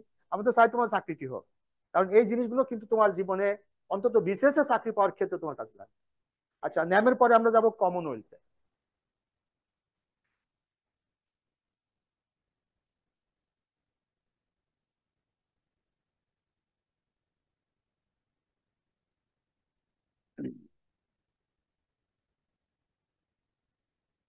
কমনওয়েলথ গিয়ে লেখো গঠিত হয় 1949 সালে। কয় নয়? 49, 4 নয়, হ্যাঁ, 1949। দেখেছো? এবার লেখো সদস্য 156টি, সরি 56টি। আচ্ছা, ওই ন্যামে একটা একটা অংশ লেখো তো, সদস্য 120টি। ন্যামে ন্যামে ন্যামে ন্যাম লিখছো না? ন্যামের সদস্য 120টি। আচ্ছা, আরেকটা জিনিস আমি তোমাদেরকে বলে দিই, সদস্য সংখ্যা আর মহাসচিব, এগুলো কিন্তু আমি তোমাদের লিখাচ্ছি বটে, কিন্তু এটা অ্যাবসলিউট না। এটা পরীক্ষার আগে কিন্তু কি হতে পারে, এমনকি আমি তোমার ক্লাস থেকে বের হয়ে যাওয়ার পর কিন্তু চেঞ্জ হতে পারে, তার নিশ্চয়তা আমি দিতে পারবো না। কিন্তু গঠনকাল, এগুলো কিন্তু তোমার চেঞ্জ হবে না। তাহলে দেখো, সদস্য 56টি। কমনওয়েলথের সদস্য কয়টি? 56টি দেশ। সচিবালয়, সদর দপ্তর, প্রধান কার্যালয় লন্ডন। কমনওয়েলথের সচিবালয়, সদর দপ্তর, প্রধান কার্যালয় কোথায় অবস্থিত? লন্ডনে অবস্থিত।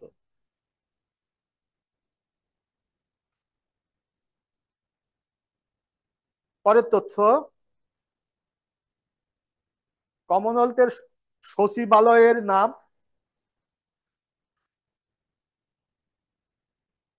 মার্লবোরো হাউস। কমনওয়েলথের সচিবালয় বা সদর দপ্তর যে বিল্ডিং এ অবস্থিত, সেই বিল্ডিংটার নাম হলো মার্লবোরো হাউস।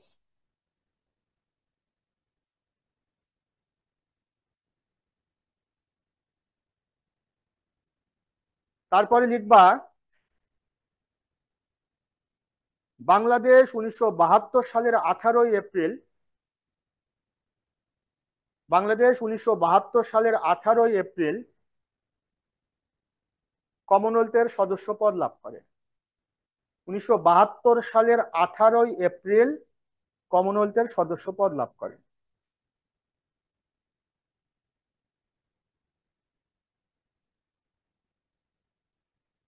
তারপরে লিখবা কোন আন্তর্জাতিক সংস্থা হিসাবে, কোন আন্তর্জাতিক সংস্থা হিসাবে বাংলাদেশ সর্বপ্রথম কমনওয়েলথের সদস্যপদ লাভ করে? কোন আন্তর্জাতিক সংস্থা হিসাবে বাংলাদেশ সর্বপ্রথম কমনওয়েলথের সদস্য হয়?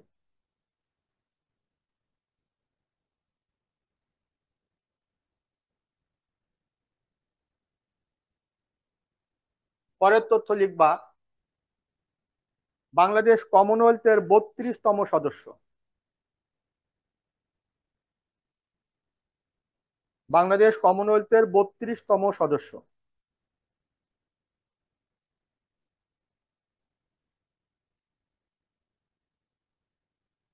কিছু বুঝতে পারছো যে একবার লিখলাম প্রথম, আবার লিখলাম 32তম, এটার মানে কি কেউ বুঝতে পারছো? ভাই ভাই তোমার গাইডে কি লেখা আছে 34তম? মানে গাইডে দেওয়া আছে 34তম না? 34তম লেখা ছিল? উল্লেখ নাই? কি নাম, কি গাইডের নাম কি? ও, ওটা উল্লেখ নাই, 34তম 32তম উল্লেখ নাই। আচ্ছা, আমি এটার ব্যাখ্যাটা দিচ্ছি। তাহলে এটার ব্যাখ্যাটা কি বললো তো, যে 32তম আবার প্রথম, এর অর্থ কি?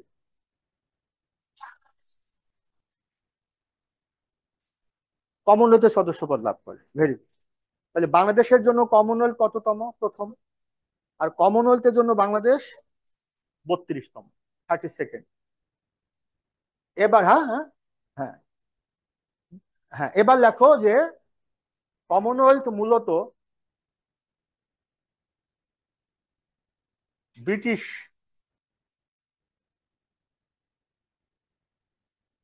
উপনিবেশভুক্ত, কমনওয়েলথ মূলত ব্রিটিশ উপনিবেশভুক্ত অবলিক সাম্রাজ্যভুক্ত, কমনওয়েলথ মূলত ব্রিটিশ উপনিবেশভুক্ত অবলিক সাম্রাজ্যভুক্ত দেশগুলোর একটি সংগঠন। কমনওয়েলথ মূলত ব্রিটিশ উপনিবেশভুক্ত অবলিক সাম্রাজ্যভুক্ত দেশগুলোর একটি সংগঠন। মানে কি বুঝলে আমাকে একটু বলো তো? যে সমস্ত দেশগুলো একসময় ব্রিটেনের, হ্যাঁ, শাসনাধীনে ছিল, সেই দেশগুলো নিয়ে কমনওয়েলথ গঠিত হয়েছে। সবাই সবাই কি লিখতে পারছো এগুলো?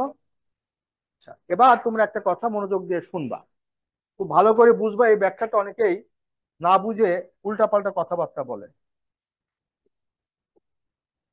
প্রথম প্রমাণটা হলো, তোমরা বলো তো যে বাংলাদেশের প্রথম পররাষ্ট্রমন্ত্রী কে ছিলেন?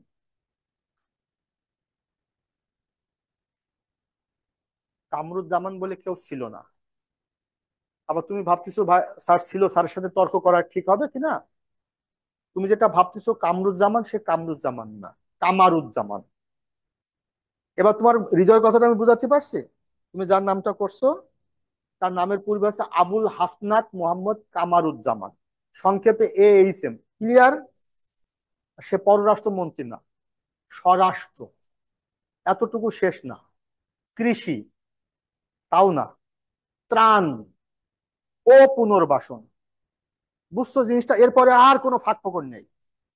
তাহলে বাংলাদেশ, তাহলে ও প্রথম কথা কামরুজ্জামান ভুল, কি হবে? কামারুজ্জামান। কামারুজ্জামান স্বরাষ্ট্র। বিসিএস আসছে প্রশ্নটি, আমি যা বলছি বিশ্বাস করছো যে বিসিএস আসছে? তাই তুমি বই মিলাই নাও, না আমি বেরো যাবো যদি না মেলে কথাটা। তাহলে স্বরাষ্ট্র, কৃষি, ত্রাণ ও পুনর্বাসন মন্ত্রী ছিলেন AHM কামারুজ্জামান। আর বাংলাদেশের প্রথম পররাষ্ট্র মন্ত্রী ছিলেন খন্দকার মুশতাক আহমদ।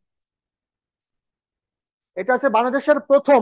শোনো কথাটা, এরপরে 1971 সালে যখন বাংলাদেশ স্বাধীন হলো, তখন সেই স্বাধীন বাংলাদেশের প্রথম পররাষ্ট্রমন্ত্রী ছিলেন আব্দুস সামাদ আজাদ।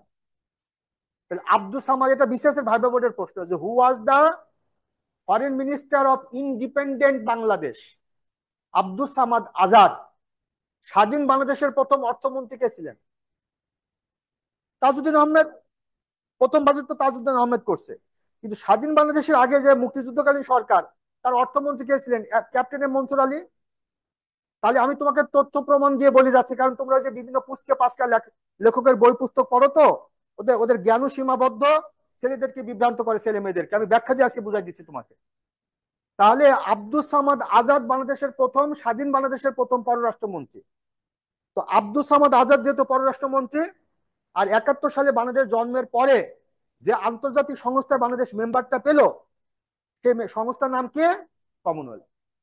এই আব্দুস সামাদ আজাদ এবং বঙ্গবন্ধুর ছবি সহ ওই সময়কালীন অবজারভার পত্রিকা, ওই সময়কালীন 72 সালের অবজারভার পত্রিকা একটা ছবি এসেছে, যে আন্তর্জাতিকভাবে বাংলাদেশের একটা বিশ্বাস অর্জন হলো না, যে প্রথম একটা সংস্থা বাংলাদেশ সদস্য হলো।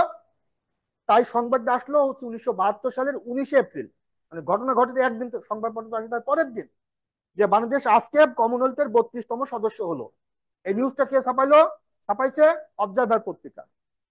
ওই পত্রিকার ওই নিউজটা ছবি সহ পরবর্তীতে ডেইলি স্টার পত্রিকা ওই সময়কালীন সে সাদা কালো ছবি সহ প্রচার করেছে করেছে যে বাংলাদেশ হচ্ছে কমনওয়েলথের সদস্য। বাংলাদেশের পররাষ্ট্র দপ্তর থেকে বা বিভিন্ন জায়গায় বলা আছে যে বাংলাদেশ কমনওয়েলথের 32তম মেম্বার। কিভাবে 32তম? এবার একটা ব্যাপারটা বুঝো। বাংলাদেশের আগে দুইটা দেশ সদস্য ছিল, একটা পাকিস্তান এবং একটা হচ্ছে দক্ষিণ আফ্রিকা। ওই পাকিস্তান এবং দক্ষিণ আফ্রিকা বাংলাদেশ সদস্য হওয়ার আগে সদস্য তারা ছিল, কিন্তু যখন বাংলাদেশ সদস্যটা হলো, তখন তাদেরকে কিন্তু ওই পাকিস্তানকে এবং দক্ষিণ আফ্রিকাকে বাংলাদেশ সদস্য হিসাবে ওদের লিস্টে পায়নি। বুঝার কথা, বুঝাটা বুঝো। তারপর বাংলাদেশ সদস্যপদ লাভ করার পরে ওই পাকিস্তান এবং দক্ষিণ আফ্রিকা পরবর্তীতে কমনওয়েলথে আবার নতুন করে যোগদান করেছে। যোগদান করার কারণে কমনওয়েলথের হিসাবে বাংলাদেশ হয়ে গেল 34তম, কারণ যে তার আগে যে দুটো ছিল তারা তো ঢুকে পড়েছে আবার নতুন করে। তাই কমনওয়েলথের বিচারে বাংলাদেশ হয়ে গেল 34তম। কিন্তু বাংলাদেশ যখন যোগদান করলো, তখন তো দক্ষিণ আফ্রিকার পাকিস্তানকে তো পায়নি, তাই বাংলাদেশের অর্জন হিসাবে 32তম। ক্লিয়ার কিনা মেসেজ? তাহলে বাংলাদেশের জন্য কমনওয়েলথ কি হিসাবে, কততম হিসাবে? 32তম। আর কমনওয়েলথ বলছে যে বাংলাদেশ আমার কাছে 34তম। না, তারা ওই দক্ষিণ আফ্রিকায় বর্ণ বৈষম্যের কারণে তাকে বাদ দেওয়া হয়েছিল, এই জন্য তারা আবার নতুন করে যোগদান করেছে। তাহলে এখন আসো, তুমি কি কমনওয়েলথে চাকরিটা নিবা নাকি বিসিএস এ চাকরি নিবা? আর বিসিএস এর আগে কি বাংলাদেশের নাম উল্লেখ আছে না কমনওয়েলথ? তাহলে তুমি কার কথা শুনবা? বাংলাদেশ যেটা বলবে সেটার কথা শুনবা না? তাহলে যদি তোমার কোনো বিরাট পণ্ডিত যদি বলে 34তম, তাহলে তোমার সেটা মানার দরকার নেই। তুমি কি মানবা? আমি কি তোমাদের বুঝাতে পারছি? তারপর যদি ক্লিয়ার না হয়, আমি তোমাকে সর্বশেষ উদাহরণ দিচ্ছি। মনে করো আমার আগে একটা ওয়াইফ ছিল, এরপরে আমার সেকেন্ড একটা ওয়াইফ, যাকে আমি সেকেন্ড ওয়াইফ হিসাবে বিয়ে করছি, সেই মেয়েটা প্রথম হাজবেন্ড হিসাবে আমাকে পাচ্ছে। তাহলে ওই ওয়াইফের জন্য আমি তার প্রথম হাজবেন্ড, আর ওই ওয়াইফ আমার কাছে সেকেন্ড ওয়াইফ। এখন তোমাকে বেছে নিতে হবে, তুমি আমার দিক থেকে বিবেচনা করবে নাকি তোমার দিক থেকে বিবেচনা করবা। এটা যারা বোঝে না, তাদের সাথে আমার তর্ক করে লাভ নেই। কারণ অনেক মাস্টারের জন্ম হয়নি যে সময় আমার হাতে বিসিএস এর বই। এই কথাগুলো বলতে আমি বাধ্য হচ্ছি, তোমাদেরকে ভালোবেসে কথাটা বলছি, কারণ তোমাদেরকে বিভ্রান্ত করে বিভিন্ন বই। দেখো, আমি কি তোমাদের বুঝাতে পারলাম না আমার দুঃখের কথাটা? আমার প্রশ্নটি হলো যে আমি পরীক্ষা দিয়েছি বিসিএস এর, আর বিসিএস এর যে প্রশ্নকর্তা সে গভর্নমেন্টের বাইরে যাবে, তার চটথাপড় খাবে না? গভর্নমেন্ট যা বলছে, পররাষ্ট্র মন্ত্রণালয় বলছে যে আমাদেরকে প্রথম স্বীকৃতি দিয়েছে ভুটান 1971 সালে 6 ডিসেম্বর। পররাষ্ট্র দপ্তর থেকে প্রেস নোট করে দেওয়া হচ্ছে। এরপর যদি বলো যে প্রথম স্বীকৃতি দানকারী দেশ হচ্ছে ভারত, তার চটথাপড় দিতে হয় না? কারণ এটা তো বলছে পররাষ্ট্র দপ্তর। তাই তুমি অনেক কিছু বুঝতে পারো, কিন্তু সরকার যেটা বলবে তার বাইরে তুমি বুঝতে পারবা না। আর বিশেষ চাকরি পাওয়ার পরে আরো বুঝবা যে গভর্নমেন্ট যা বলবে তার বাইরে গেলে পরে কি পানিশমেন্টটা তোমার হবে। এই জন্য কমনওয়েলথের বাংলাদেশ 34তম না, 34তম না, 34তম না, কততম? স্বাধীন বাংলাদেশের প্রথম পররাষ্ট্রমন্ত্রীকে আব্দুস সামাদ আজাদ, আর বাংলাদেশের প্রথম পররাষ্ট্রমন্ত্রীকে খন্দকার মুশতাক আহমেদ। এবার কমনওয়েলথের পরে তোমরা এবার গাড়ির দ্রুত গতিতে টানতে থাকো, লেখো অ্যামনেস্টি ইন্টারন্যাশনাল।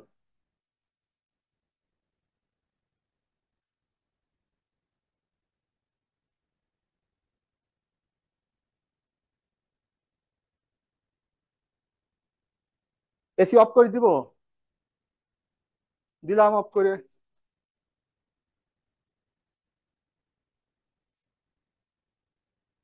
সবগুলো কি একই রিমোট নাকি? ওটা চলবে? সব কি বন্ধ? এটা খোলা, এটা খোলা। এটা কি করব? এখন তো ঠিক আছে। আচ্ছা, ওকে। অ্যামনেস্টি ইন্টারন্যাশনালের উপর ভর করো। দেখো, গঠিত হয় 1961 সালে।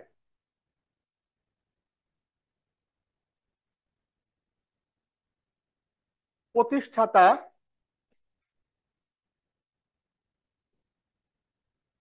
1961 সালে।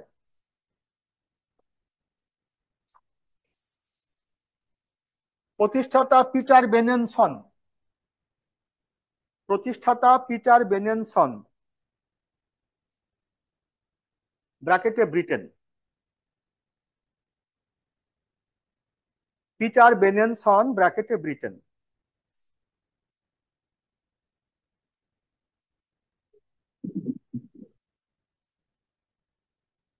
এবার লেখো সদর দপ্তর লন্ডন।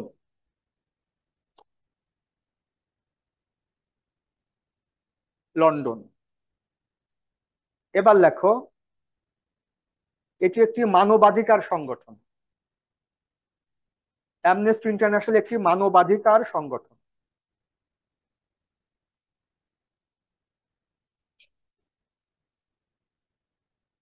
অ্যামনেস্টি ইন্টারন্যাশনাল কি নিয়ে কাজ করে?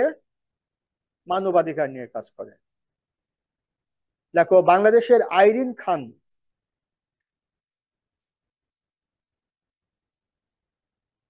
বাংলাদেশের আইরিন খান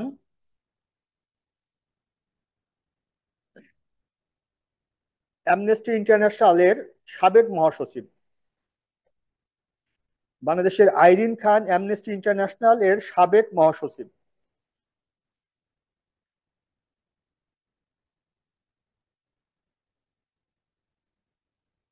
অর্থাৎ এটার তথ্যটা হলো যে বাংলাদেশের কোন ব্যক্তি একসময় অ্যামনেস্টি ইন্টারন্যাশনালের মহাসচিব ছিলেন? আইরিন খান। এবার লেখো ট্রান্সপারেন্সি ইন্টারন্যাশনাল।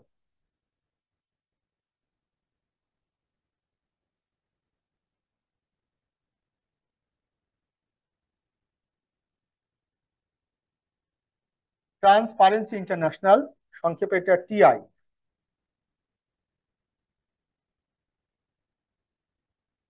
দেখো, গঠিত হয় 1993 সালে।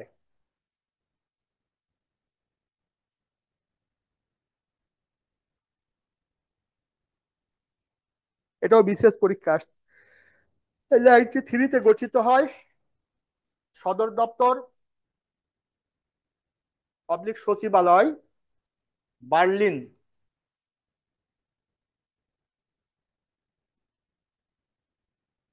93 সালে।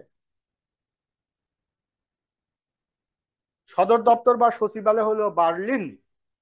বার্লিন কোন দেশের রাজধানী জানো? জার্মান। দেখো, এটি বাংলাদেশে 1996 সালে কার্যক্রম শুরু করে। বাংলাদেশে 1996 সালে কার্যক্রম শুরু করে।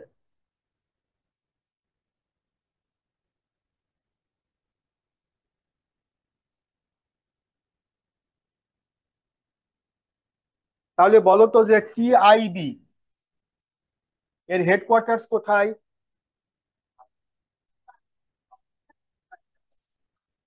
টিআইবির হেডকোয়ার্টার্স ঢাকা। আর টিআই এর হেডকোয়ার্টার্স বার্লিন। এটা মনস্তাত্ত্বিক প্রশ্ন। মানে টিআইবি মানে টিআই এর যে কাজটা বাংলাদেশে যে অফিস থেকে করে ওটাকে বলে টিআইবি। এটা একটা ইন্টারন্যাশনাল অর্গান না, কিন্তু বাংলাদেশে টিআইবি নামে কাজ করে। সেই অনুযায়ী নাম। এর প্রধান আছে ডক্টর ইফতেখারুজ্জামান, যিনি ওই যে সংস্কার কমিশনের দায়িত্বে আছেন, দুর্নীতি দমন সংস্কার কমিশনে। তোমরা জানো তো যে অনেকগুলো কমিশন গঠিত হয়েছে, তার মধ্যে সংবিধান সংস্কার কমিশনের প্রধানকে প্রফেসর ডক্টর আলী রিয়াজ। এরকম ভাবে ওই যে সুজন, যেটা ওই যে বদিউল আলম মজুমদার ছিলেন ওই যে নির্বাচন বিষয়ক। এবার লেখো যে এটি মূলত একটি সন্ত্রাস বিরোধী ও দুর্নীতি বিরোধী এটি মূলত একটি সন্ত্রাস বিরোধী ও দুর্নীতি বিরোধী একটি সংগঠন। সন্ত্রাস বিরোধী ও দুর্নীতি বিরোধী একটি সংগঠন।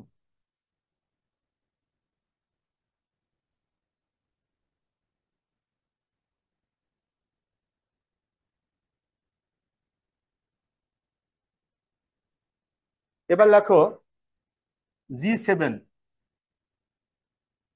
Group of seven.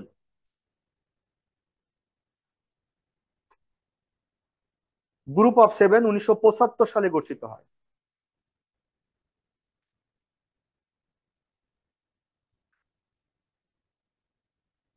Ah, ah, 75।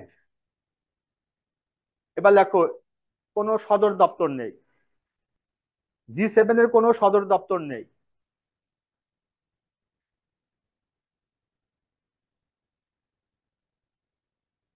G7 এর কোনো সদর দপ্তর নেই। এবার লেখো এটি মূলত বিশ্বের শিল্পোন্নত এটি মূলত বিশ্বের শিল্পোন্নত দেশগুলোর একটি সংগঠন।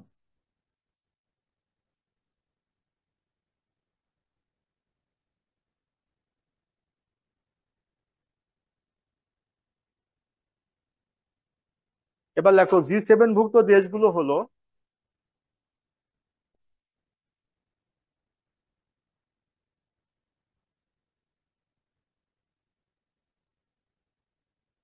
কানাডা, USA,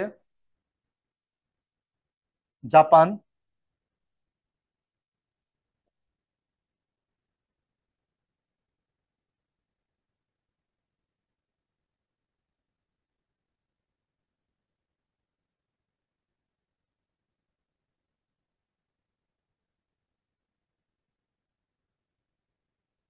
এই 7টি দেশ হচ্ছে এর সদস্য। তোমরা জানো যে এর সদস্য আগে রাশিয়া ছিল, তখন ছিল G8। রাশিয়া বাদ হয়ে যাওয়ার কারণে এখন এটির নাম G7। আর এই যে নামগুলো দেশগুলো আমি এভাবে কেন লিখলাম একটু ধারণা করো তো। কারণ হচ্ছে এই দুটো হচ্ছে উত্তর আমেরিকা মহাদেশের, আর এটা হচ্ছে একমাত্র দেশ সেটা, আর এটা হচ্ছে ইউরোপ মহাদেশ। তাহলে বলো তো যে G7 ভুক্ত দেশগুলো কোন কোন মহাদেশ মিলে গঠিত হয়েছে? এশিয়া, ইউরোপ এবং উত্তর আমেরিকা। তাহলে মহাদেশ কয়টি? 4টি, 7টি। 7টি। তাহলে কোন মহাদেশগুলোর এখানে প্রতিনিধিত্ব কেউ নেই? দক্ষিণ আমেরিকা, আফ্রিকা, ওশেনিয়া আর এন্টার্কটিকা, 4টা মহাদেশের কেউ নেই। আর একমাত্র এশীয় দেশ কোনটি? বিশেষে আসছে। এবার লেখো D8।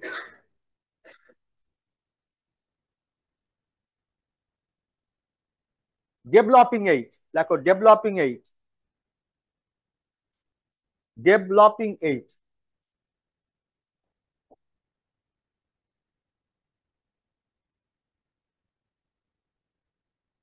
ডেভেলপিং 8 গঠিত 1997 সালে।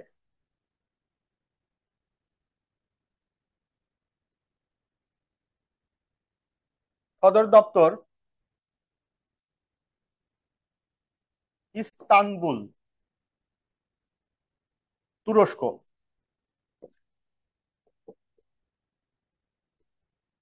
তুরস্কের ইস্তানবুল।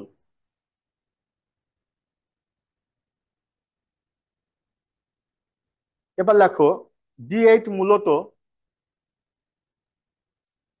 উন্নয়নশীল ও মুসলিম। D8 মূলত উন্নয়নশীল ও মুসলিম দেশগুলোর একটি সংগঠন। উন্নয়নশীল ও মুসলিম দেশগুলোর একটি সংগঠন।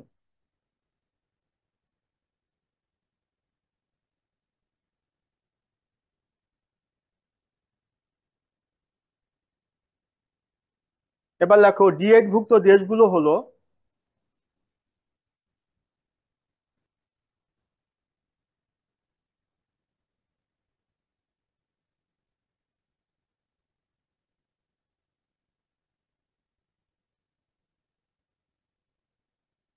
মনে রাখার জন্য এভাবে তোমরা লিখে রাখতে পারো। ডিএডভুক্ত দেশগুলো হলো বাপ মা নাই তুমি সব। এটা আবার ভাইবা বোর্ডে গিয়ে কোনো সময় বলো না। বাপ মা নাই তুমি সব। ডিএডভুক্ত দেশগুলো হলো এরা। লিখছো? ওটা প প। বাপ মা নাই তুমি সব। লিখছো সবাই? এবার এই যে বা দিয়ে কোন দেশ? বাংলাদেশ। আর প দিয়ে পাকিস্তান। মা দিয়ে মালয়েশিয়া। না দিয়ে নাইজেরিয়া। ই দিয়ে ইন্দোনেশিয়া। তোমরা এখন লেখো, পরে বাসায় গিয়ে আবার ভুলে যাবা না। বা দিয়ে বাংলাদেশ, প দিয়ে পাকিস্তান, মা দিয়ে মালয়েশিয়া, বাপ মা, নাতে নাইজেরিয়া, ইন্দোনেশিয়া। তারপরে বলো তুতে তুরস্ক। তারপরে মিতে মিশর। হুম। কিন্তু মনে রাখবা এটা কিন্তু মুসলিম দেশগুলোর সংগঠন। এই জন্য তোমাদের আগে কিন্তু আমি অ্যান্টিভাইরাস ক্যাসপারোসকে দিয়ে দিছি। অ্যান্টিভাইরাস, তাই না রে? কারণ এর মধ্যে তো ভাইরাস আছে, সূত্রের মধ্যে তো ভাইরাস আছে। তাহলে অ্যান্টিভাইরাস কি? মুসলিম। তাহলে মায়ানমার কি মুসলিম? তাহলে মালয়েশিয়া। আচ্ছা, তারপরে কি আছে বলো? হ্যাঁ, মিশর, এরপরে ইরান। ইরান। এই যে মাথার ভিতরে ভাইরাস ঢুকাই ফেললো। যখন তুমি ইতে দুটো মনে রাখবা, ইরাক, এটা মনে আসলে কিন্তু বিপদ। তুমি মস্তিষ্ককে বলবা এই ইরাক কিন্তু না, ইরাক কিন্তু না, এটা বলার দরকার নেই। তুমি শুধু বলবা যে Iran, Iran, Iran, Iran, Iran, Iran, Iran. আর যদি বলো ইরাক না ইরান, ইরাক না ইরান, তাহলে বিপদে পড়ে যাবা। আমার থেকে তোমার অভিজ্ঞতা বেশি নাকি? বুঝতে পারছো না জিনিসটা? তুমি যখন ওই পরীক্ষার হলে দেখবা যে ফ্র্যাকশনের কিছু অঙ্ক থাকে না, ফ্র্যাকশনের ম্যাথ থাকে না, যে এটার মান কত, 0.0001 বা 0 এরকম। এভাবে দু তিনবার দেখার পর দেখবা মাথার মধ্যে এমন একটা চক্কর দেবে যে কোনটা কারেক্ট আনসার, এরকম হয় না? ওইটার একটা উপায় আছে। সাথে সাথে চোখ বন্ধ করে ফেলবা, একটাও দেখবা না। না দেখে একটু ভেবে চিন্তা করে তারপর দেখাবা, না তোমাদের সমস্যা হয়ে যাবে। তার মানে তোমাকে বারবারই বলছি না, তুমি অনেকে মনে করতে পারো যে মায়ানমার, মায়ানমার না, কিন্তু সেটা তো মুসলিম কান্ট্রি না। আর এটা ইরাকের নাম উচ্চারণই করবে না, তাহলে কি হবে? ইরান। এবার লেখো G77। গ্রুপ 77। গ্রুপ 77। গ্রুপ। হ্যাঁ। গঠিত 1964 সালে। 64। সদর দপ্তর নেই।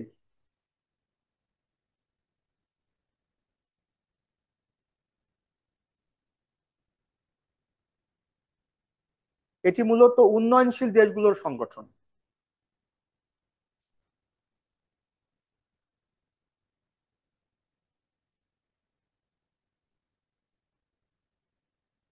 উন্নয়নশীল মানে কি বলতো? উন্নয়নশীল মানে কি? উন্নয়নশীল মানে কিন্তু আবার বলো না যে স্যার ডেভেলপিং। তাহলে আমি বলবো যে ডেভেলপিং মানে কি, তুমি বলবো উন্নয়নশীল। এভাবে মুরগি না ডিম আগে, এটা চলতে থাকবে। উন্নয়নশীল মানে হচ্ছে যে দেশগুলো এখনো উন্নত না, কিন্তু তাদের আর্থসামাজিক অবস্থার চলমান অবস্থায় রয়েছে, মানে উন্নত হওয়ার পথে রয়েছে, ডেভেলপিং। তাহলে একবারে উন্নত দেশকে কি বলা হয়? ডেভেলপড। আর তার আগের অবস্থাকে বলা হয় ডেভেলপিং। আর তার আগে হচ্ছে লিস্ট ডেভেলপড। আর তার আগে হচ্ছে একদম আন্ডার ডেভেলপড। অনুন্নত, স্বল্পোন্নত, উন্নয়নশীল, আর উন্নত। তাহলে G8 কোন জাতীয় দেশগুলো সংগঠন? প্রথমে এরা মুসলিম কান্ট্রি, আবার এদের অর্থনৈতিক অবস্থা কি? উন্নয়নশীল। আর G7 এরা কোন জাতীয় দেশ? উন্নত, ডেভেলপ। তাও স্পেশালি কোন দিকে? শিল্পের দিক থেকে। হ্যাঁ, এবার দেখো G20।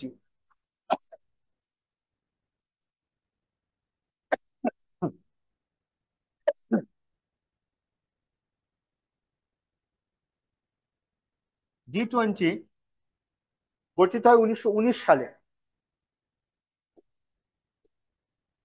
সরি 99 সালে, 99, গঠিত 1999 সালে।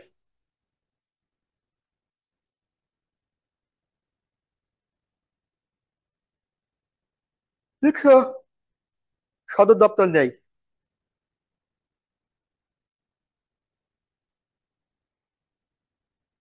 লিখছো, এবার লেখো এটি মূলত উন্নত, উন্নয়নশীল ও উন্নত, স্যার, উন্নয়নশীল ও উন্নত। সদর দপ্তরটা কি বলছেন? নেই নেই, সদর দপ্তর নেই, জাকিয়া এর কোনো হেডকোয়ার্টার্স নেই। উন্নয়নশীল ও উন্নত দেশগুলোর সংগঠন।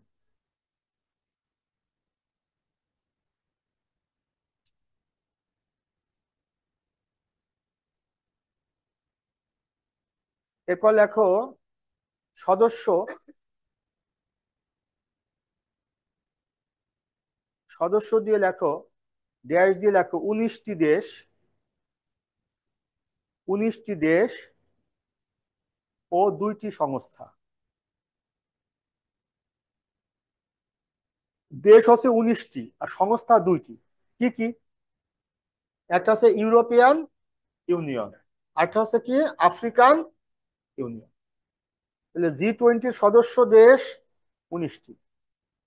তাহলে তোমাকে যদি প্রশ্ন করা G20 সদস্য সংখ্যা কতটি, 21টি। বুঝতে পারছো সদস্য সংখ্যা কতটি? সদস্য সংস্থা কয়টি? 2টি। আর সদস্য দেশ কয়টি? তাহলে প্রশ্নের উত্তর দেওয়াটা মুখ্য না, প্রশ্নটাকে বুঝতে হবে। শোনো, এই যে সর্বশেষ কোন বিসিএসটা হলো 46, এই 46 বিসিএস এর প্রশ্নটি আসছিল G77 এর সদস্য সংখ্যা কতটি। তোমার কাছে প্রশ্ন আছে? এখানে আছে, থাকলে দেখতে পারো। 46, সম্ভবত আমার যদি ভুল না হয় 46তম বিসিএস পরীক্ষায় প্রশ্নটি আসছে। তোমাদেরকে আমি একটু একটু একটু সংশোধন করে দিই, শিখিয়ে দিই। ওখানে যে অপশনটা ছিল একটু সবাই শুনবা। এই যে G77 1964 সালে যখন গঠিত হয়, তখন শুরুতে 77টি দেশ নিয়ে গঠিত হয়, তার নাম হলো G77। সদস্য সংখ্যা চেঞ্জ হলেও এটার নাম কিন্তু আর চেঞ্জ হয়নি। তো এটার প্রশ্নটি আসছিল G77 এর বর্তমান সদস্য সংখ্যা কতটি। ওখানে যে অপশন গুলো ছিল সেই অপশনটা ওখানে ছিল না, অপশনে সঠিক আনসারটা। তো মনে রাখবা যে কোনো প্রশ্নের উত্তর যদি সঠিক উত্তর না থাকে, তাহলে তোমরা আদৌ সে প্রশ্নের উত্তরে দাগাবা না। এটা এর আগেও তোমাদেরকে আমি বলছি, এখনো বলছি। তাহলে যে কোনো সিদ্ধান্ত তোমার অনুকূলে আসবে। তোমাকে শর্ত কি দেওয়া ছিল? সঠিক উত্তরটিতে গোল দাগ দেন। তাহলে তোমাকে যদি এই কথাটাই বলা থাকে, তাহলে দুটো শর্ত। একটা হচ্ছে যে 4টা উত্তরের মধ্যে যে উত্তরটি সঠিক সেটি বৃত্ত ভরাট করেন, তাই তো? তারপরে এখানে গুলোতে তো বলিনি, কি বলা হয়েছে টিতে, তার মানে একটা সঠিক উত্তর। তাহলে তুমি যদি কোনো প্রশ্নের উত্তর সঠিক না পাও, তাহলে তোমার একটা উত্তরও তুমি দাগাবে না, কারণ তোমাকে তো বলাই হয়েছে সঠিক উত্তরে গোল দাগ দেন। সঠিক উত্তর তো ওখানে দেওয়া নেই, তাই তুমি বৃত্ত ভরাট করনি। তার মানে হলো যে পিএসসি পরবর্তীতে যে সিদ্ধান্তটি নেবে 2 রকম নিতে পারে। 1 নম্বর নিতে পারে যে যারা যারা সঠিক উত্তর দেয়া ছিল না তারপরও গোল দাগ দিছে, তারা শুধু ভুল করেনি, তারা অপরাধ করেছে আর পিএসসির সাথে বেয়াদবি করেছে। এটা কিন্তু আমার কথা। তোমার কথা হতে পারে আমি ভুল করেছি, কিন্তু আমার কথা হচ্ছে তুমি অপরাধ করেছো আর পিএসসির সাথে বেয়াদবি করেছো। কারণ তোমাকে তো বলা হয়েছিল সঠিক উত্তরে গোল দাগ দাও, তুমি বাবা কেন ভুল উত্তরে গোল দাগ দিলে? আর 2 নম্বর প্রমাণিত হবে যে তুমি 4 নম্বর কথা, প্রথমে ভুল, তারপর অপরাধ, তারপর বেয়াদবি। আর 4 নম্বর হচ্ছে তুমি হচ্ছে প্রথম শ্রেণীর একজন গর্ধব, সেটা ম্যাসকিউলিন ফ্যামিলিন যাই হোক না কেন, গর্ধব। কারণ তুমি সঠিক উত্তর জানো না। আমি কি বুঝাতে পারছি কথাটা? তাই তুমি ভুল উত্তরে গোল দাগ দিছো। আর যারা গোল দাগ দেবে না, তারা প্রমাণ করবে আমি পিএসসির প্রতি অনুগত নাকি। প্লাস সঠিক উত্তর এখানে দেওয়া ছিল না, তাই আমি গোল দাগ দিইনি। তাহলে দুটো সিদ্ধান্ত কিন্তু তোমার অনুকূলে যাবে। আর যদি পিএসসি মনে করে যে তুমি যেহেতু গোল দাগ দিয়েছো ভুল উত্তরে, তোমার পানিশমেন্ট হবে। কত পানিশমেন্ট হয়েছে? 0.50। তবে সাধারণত পিএসসি পরীক্ষা হওয়ার পরে পিএসসির একজন মেম্বার ওই প্রশ্ন ওই বিশেষ পরীক্ষার সমন্বয়কারী হিসেবে দায়িত্বপ্রাপ্ত হয়। তাই পরীক্ষার পরে যদি পিএসসির দৃষ্টিগোচরে আসে যে পরীক্ষা হয়ে গেছে গেছে, কিন্তু একটা বা দুটা প্রশ্ন ভুল ছিল, তখন খাতা মূল্যায়ন করা শেষে ওই দুটা প্রশ্ন বা একটা প্রশ্ন বাদ দিয়ে বাকি 198 মধ্যে কাউন্ট করা হয়। আমার কথাটা কি বুঝতে পারছো? এটা ভেতরের কথা, সিক্রেট কথা আমি তোমাদেরকে বলে দিলাম। তবে তোমাদের জন্য একটা আমার আবেদন থাকবে, নিবেদন থাকবে, যে সঠিক উত্তর দেওয়া নিয়ে তুমি কি করবা, দাগাবা না। না কাছাকাছি থাকলে কি হয় নাকি?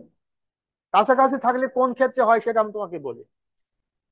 30তম বিশেষ একটা প্রশ্ন আসছে যে কবি শামসুর রহমান, এই শামসু রহমান না কেন, রহমান, তার পৈতৃক নিবাস সম্ভবত, এই টাইপের একটা প্রশ্ন আসছিল, নরসিংদী জেলার পাড়াতলি গ্রাম। পাড়াতলিতে প্রশ্নটা তোমরা একটু দেখো, 30তম বিশেষ আমি বলে দিচ্ছি, বাসে গিয়ে একটু দেখবা। কিন্তু ওই জায়গায় ওই প্রশ্নে অপশন ছিল পাহাড়তলি, পাড়াতলি ছিল না। এখন এখানে হিসাবটা দুই ভাবে হতে পারে। একটা প্রশ্নকর্তা সে পাড়াতলি লিখে দিছে, আর যে যে যে বলদ টাইপ করছে বিজি প্রেস থেকে সে পাহাড়তলি দিয়ে দিছে। তা এমন হতে পারে, ওইটা কিন্তু ভাগ্যের উপর নির্ভর করে। এই জন্য দেখবা আমার বিসিএস এর অভিজ্ঞতা তো নিজের তো 6বার, আর অনেক অফিসারকে তো আমি পড়াচ্ছি, তা আমার অভিজ্ঞতা দীর্ঘদিনের। এই জন্য দেখবা অনেকেই বলে যে পরীক্ষার পরে আমার চান্স হবে, কিন্তু দেখবা যে রেজাল্টের দিন মোবাইল বন্ধ, ফোন দিবা বারবার করে, দেখবা যে এক মহিলা বলবে দুঃখিত সংযোগ দেওয়া সম্ভব না, কারণ সে যে হিসাব করেছে ওই হিসাব মিলেনি। আবার অনেকে দেখবা যে বলবে যে আমার চান্স হবে না, তাদের পর চান্স হবে।